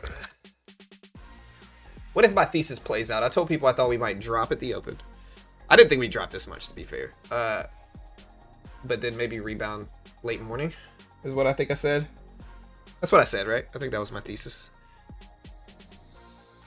I'm pretty sure that's what you said. I mean, it would prove that you're, a market. You're just a market genius. I know. Listen, that's why I'm rooting for it to happen. So I can brag about it. But yeah, we'll see. These are FOMC candles. No rate cuts this year means no bull market for Bitcoin until then. Yeah, I mean, there's definitely somewhat of a rotation out of tech going on. Like Home Depot's up on the day. Like you can look at some rotation out of tech for sure. But we're starting to climb back. MU's back up to 1170s. Nasdaq back up to 29,600s.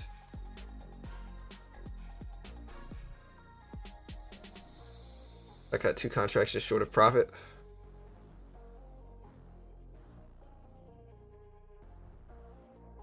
The Dow is the rotation. So if you want to see the rotation out of tech, you can look at the Dow. It's less tech heavy. It's breaking all-time highs pretty consistently. 52,800s right now. So Nvidia's bouncing back, though. It's at 195. Hit 192, basically.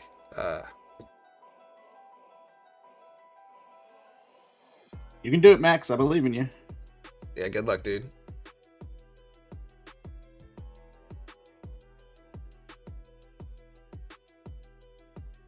I mean, I'm not encouraging any reckless behavior, but, I'm just saying I hope it works out for you. Yeah.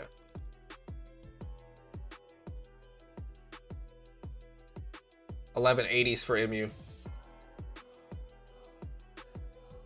Dow's still pushing here. Nvidia's bouncing back too, almost up to 196s now. Nike's actually green on the day.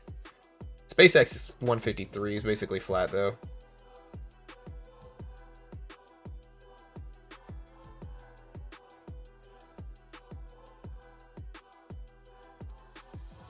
Alright, we're at 862s here. Look at MU at 1180s.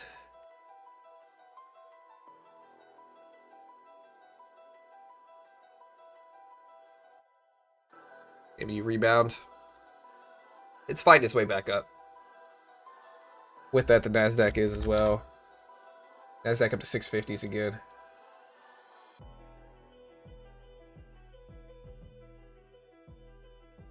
I'm going to take one short position here on the Nasdaq here. One short.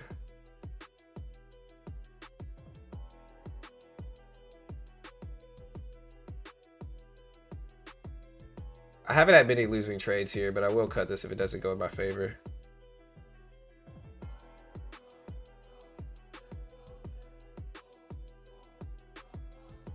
You get in this Lucid funded account. There we go. That's close to getting back to break even, Max. So, good for you.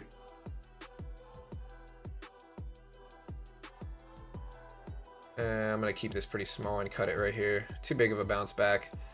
Might fake me out. I'm still up 600 on the day.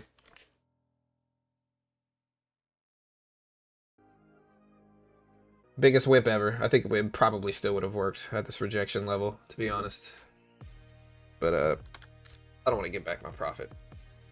Yeah, sure, man. Always rooting for you. Is it a system glitch that caused the dip? No. It's just...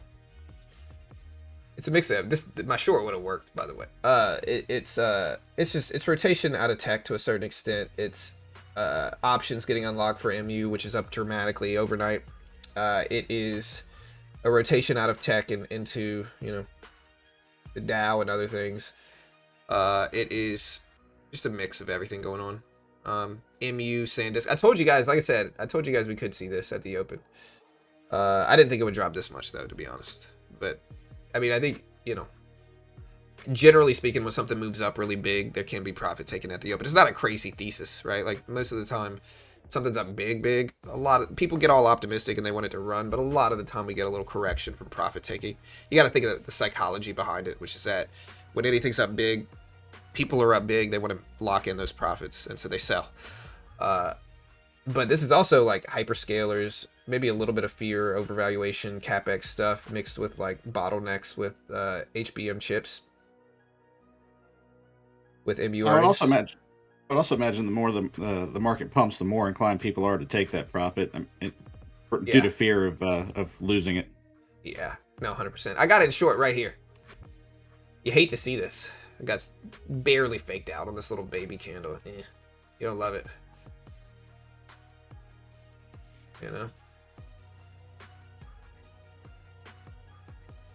That was my short.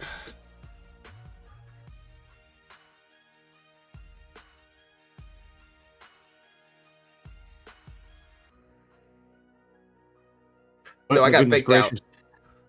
LS says nice entry. No, I got faked out. I cut it. I got out of that little baby bounce. That's why it's a sad face up there. It was a great short entry, honestly, in hindsight, but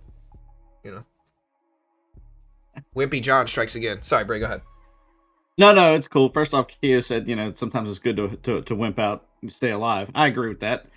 Second off, what in the goodness gracious says, no way we fall again. Dude, you better knock on wood and stop saying stuff like that. Yeah, nothing's absolute. Only a Sith deals in absolute. Are there any other absolute quotes I can think besides Star Wars? Not that I can think of.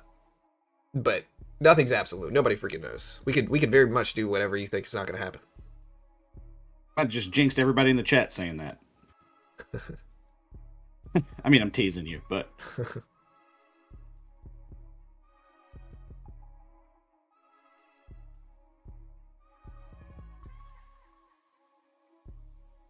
It's okay, I made 1,200 in my funded account, but lost 3 evals.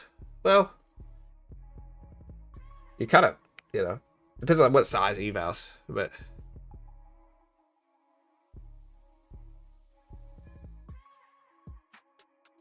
Oh, well, I mean, if you're doing it for us, gracious, then, thank you, It says I'm doing you a favor, bro, so y'all can actually short and profit. Yeah, listen, I appreciate it, dude. I appreciate it. If I wasn't a huge whip, I would do it. Hey, same here. Yeah. If it makes you feel any better, John, I leveled up on Helldivers last night. I know, dude. Honestly, I was thinking about it as I was going to sleep. I was like, dang it, man. You and Chris are just going to freaking... like I came to save the day the other day playing Helldivers. Y'all needed me. If without me, y'all would have been lost the other day. And then y'all play when it's super late. And I don't appreciate it. And now, It wasn't super late. It was like 8 o'clock. And to be fair, we only played like 2 rounds. Dude, I am a grandpa. I go to bed early, dude. No, I was watching something with Carol. So. You just didn't want to hang out with what it was. Well, that's your fault. We'll wait for another job. I guess it is.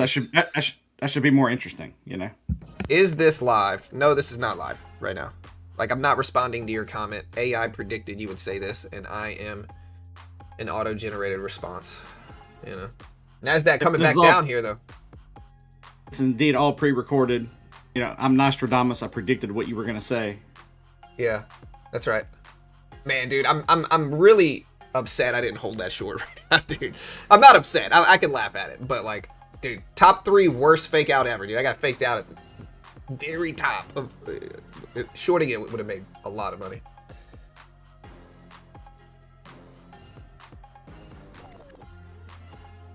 Bitcoin going to 47,000. Hey, later, Sam. Have a great day, brother. Later, Sam. Have a good one, dude. Appreciate it. Yeah, happy birthday, Flex. Happy birthday, my friend. Hopefully you're not long today.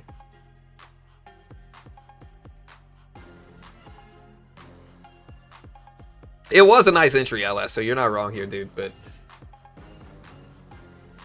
Again, big pop of paper hands over here.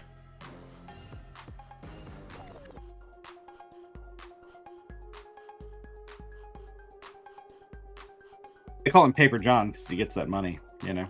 Yeah, that's right. And I sell quickly, you know. It's got a double meaning. Yeah. Gold is kind of flat today. It's still up from the PC inflation report. Profit taking on MU. Oh, dude, you love Helldivers? Nice, dude. I don't play that much. You know, I'm only I don't know what level I am. I've played 3 games ever. We started You're level 4. I'm level 4 right now. What are you at now? And I'm only level 5. Like, you level up slower as you go. I mean, okay. I guess. Plus, I think it's maybe performance based. I did all right. But point is, we're just getting into it. So yeah. I like it so far. Yeah.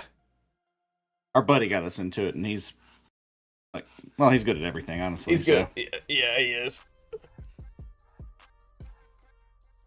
Kind of unfair, to be honest. I used to hate playing him in Halo, dude. He was sneaky.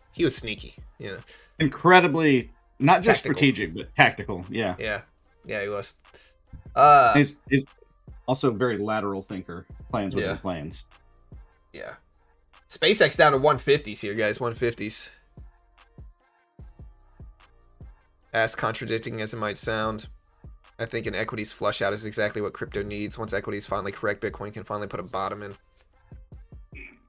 Yeah, I mean, I think Bitcoin wants an easing cycle in the Fed. And so Bitcoin is going to... Maybe we'll get one at the end of the year. We get inflation down, we get the conflict settled towards the end of the year, maybe we'll start an easing cycle, and that might validate the 4-year cycle and the piggyback off of each other, so to speak. Maybe. I mean, that's a bull argument for it. There's definitely some bear arguments for it too, though.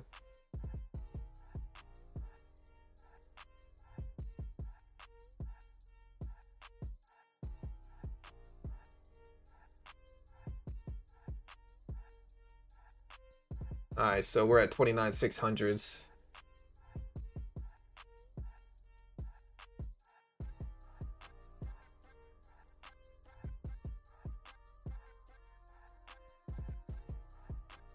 Alright, so we're starting to pop back here, so we're back up to my short entry, or my original short entry. Alright, goodness gracious. I'll keep that in mind. Thanks for the advice.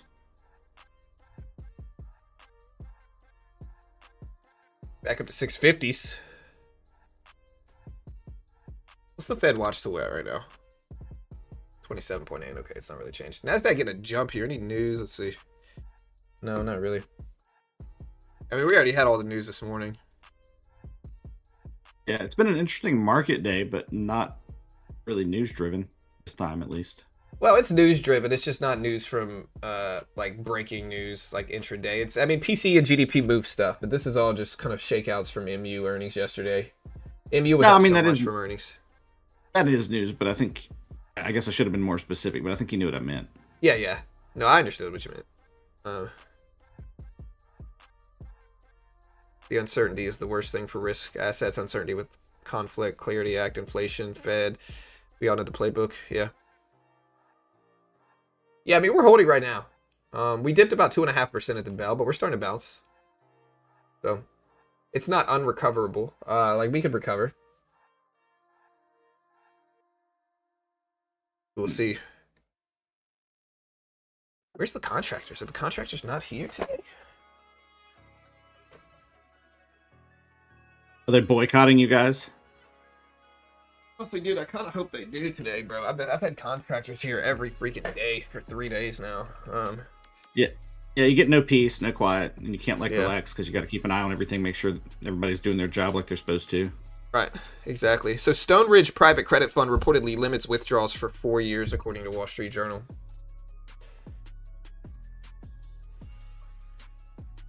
Yeah, I had to bring Bruce to the vet yesterday. Yeah, how's he doing? I was going to ask that, but I didn't want to distract from the trading. He's doing better. You know, they gave him some meds. He's doing all right. Okay. He sprained an ankle or something? Yeah. But he's actually walking better. It was weird. We brought him to the vet. He immediately started walking normal. You know, part of that, my dog used to, whenever we brought her to the vet, like even when she was feeling bad, a lot of the time it's just because a lot of them like going to the vet, believe it or not, because they get like really good treatment. They get rubbed down, and they can tell when the vets really like them, you know? Yeah. And so, like, my dog loved going to the vet. Yeah. Bruce did not. He doesn't like the vet at all. Oh, well, then never mind. Forget everything I just said. Yeah, he had to get allergy shots for a while, so he doesn't like, Yeah. He didn't really care about him that much, but he just, Yeah.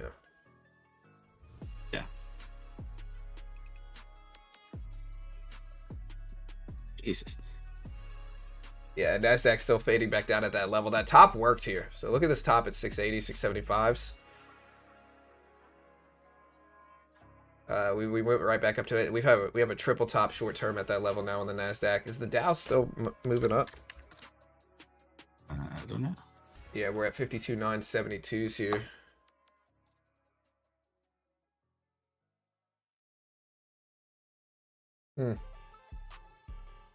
Bruce Wayne. Dude, I would absolutely name my dog Bruce Wayne just so I could dress him as Batman for Halloween. Well, Bruce looks like Batman, so. He does. Yeah.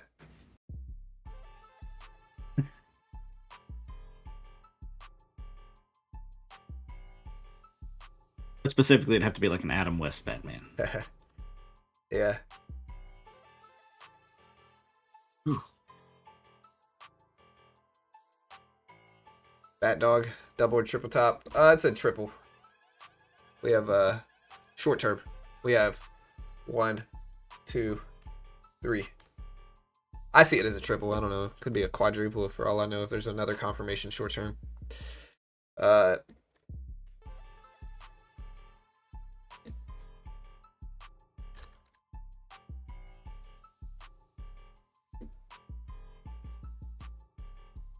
What caused the red? I think it's just MU selling off.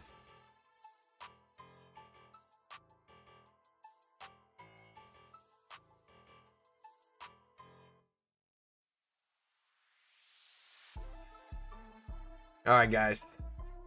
So I think I'm going to go ahead and get out of here. We're starting to consolidate. We'll see what the market does for the rest of the day here, but yeah, I think that's going to be my time to bow out for the day. Again, if you want to help support the channel, check out Lucid. Lucid is great because it has end-of-day drawdowns and everything. It has, in the Lucid Flex, it has some of the best rules in the game once you're actually funded in Lucid Flex. A little bit harder to get funded in, but not super bad. Takes you 2 days, 50% consistency rule. But once you're actually funded, no DLL beyond initial trail, no consistency rules. So some of the easier payout rules once you're actually funded. Great rules in general, end-of-day drawdowns, 10-1 microscaling, 90-10 split, no payout windows, and more. Check out Lucid. It's pinned at the top of the chat. Again, Apex also has 90% off. So on Apex right now, you can get 5 accounts for $17 each, $85 for 5 if you use intraday trail. End of day trail, it's $175 for 5, $35 each. 50K, you can get it for $195 for $39 each. So very cheap. For Apex as well. You can use the same coupon code on Tradeify. They've got a select option, which kind of like lets you select your path. Good rules once you're funded as well. Take Profit's great for beginners. Great to learn on, and honestly has some great rules as well. Some easier rules. So check them all out. We appreciate the love. And yeah, guys, good luck, my friends. Yeah. We'll see what happens. Thanks for tuning in. Yeah, thanks for tuning in today, everybody. Hope you have a great day. Have a great day, guys. Love to everybody here. We'll see you guys later. Y'all be good. Goodbye.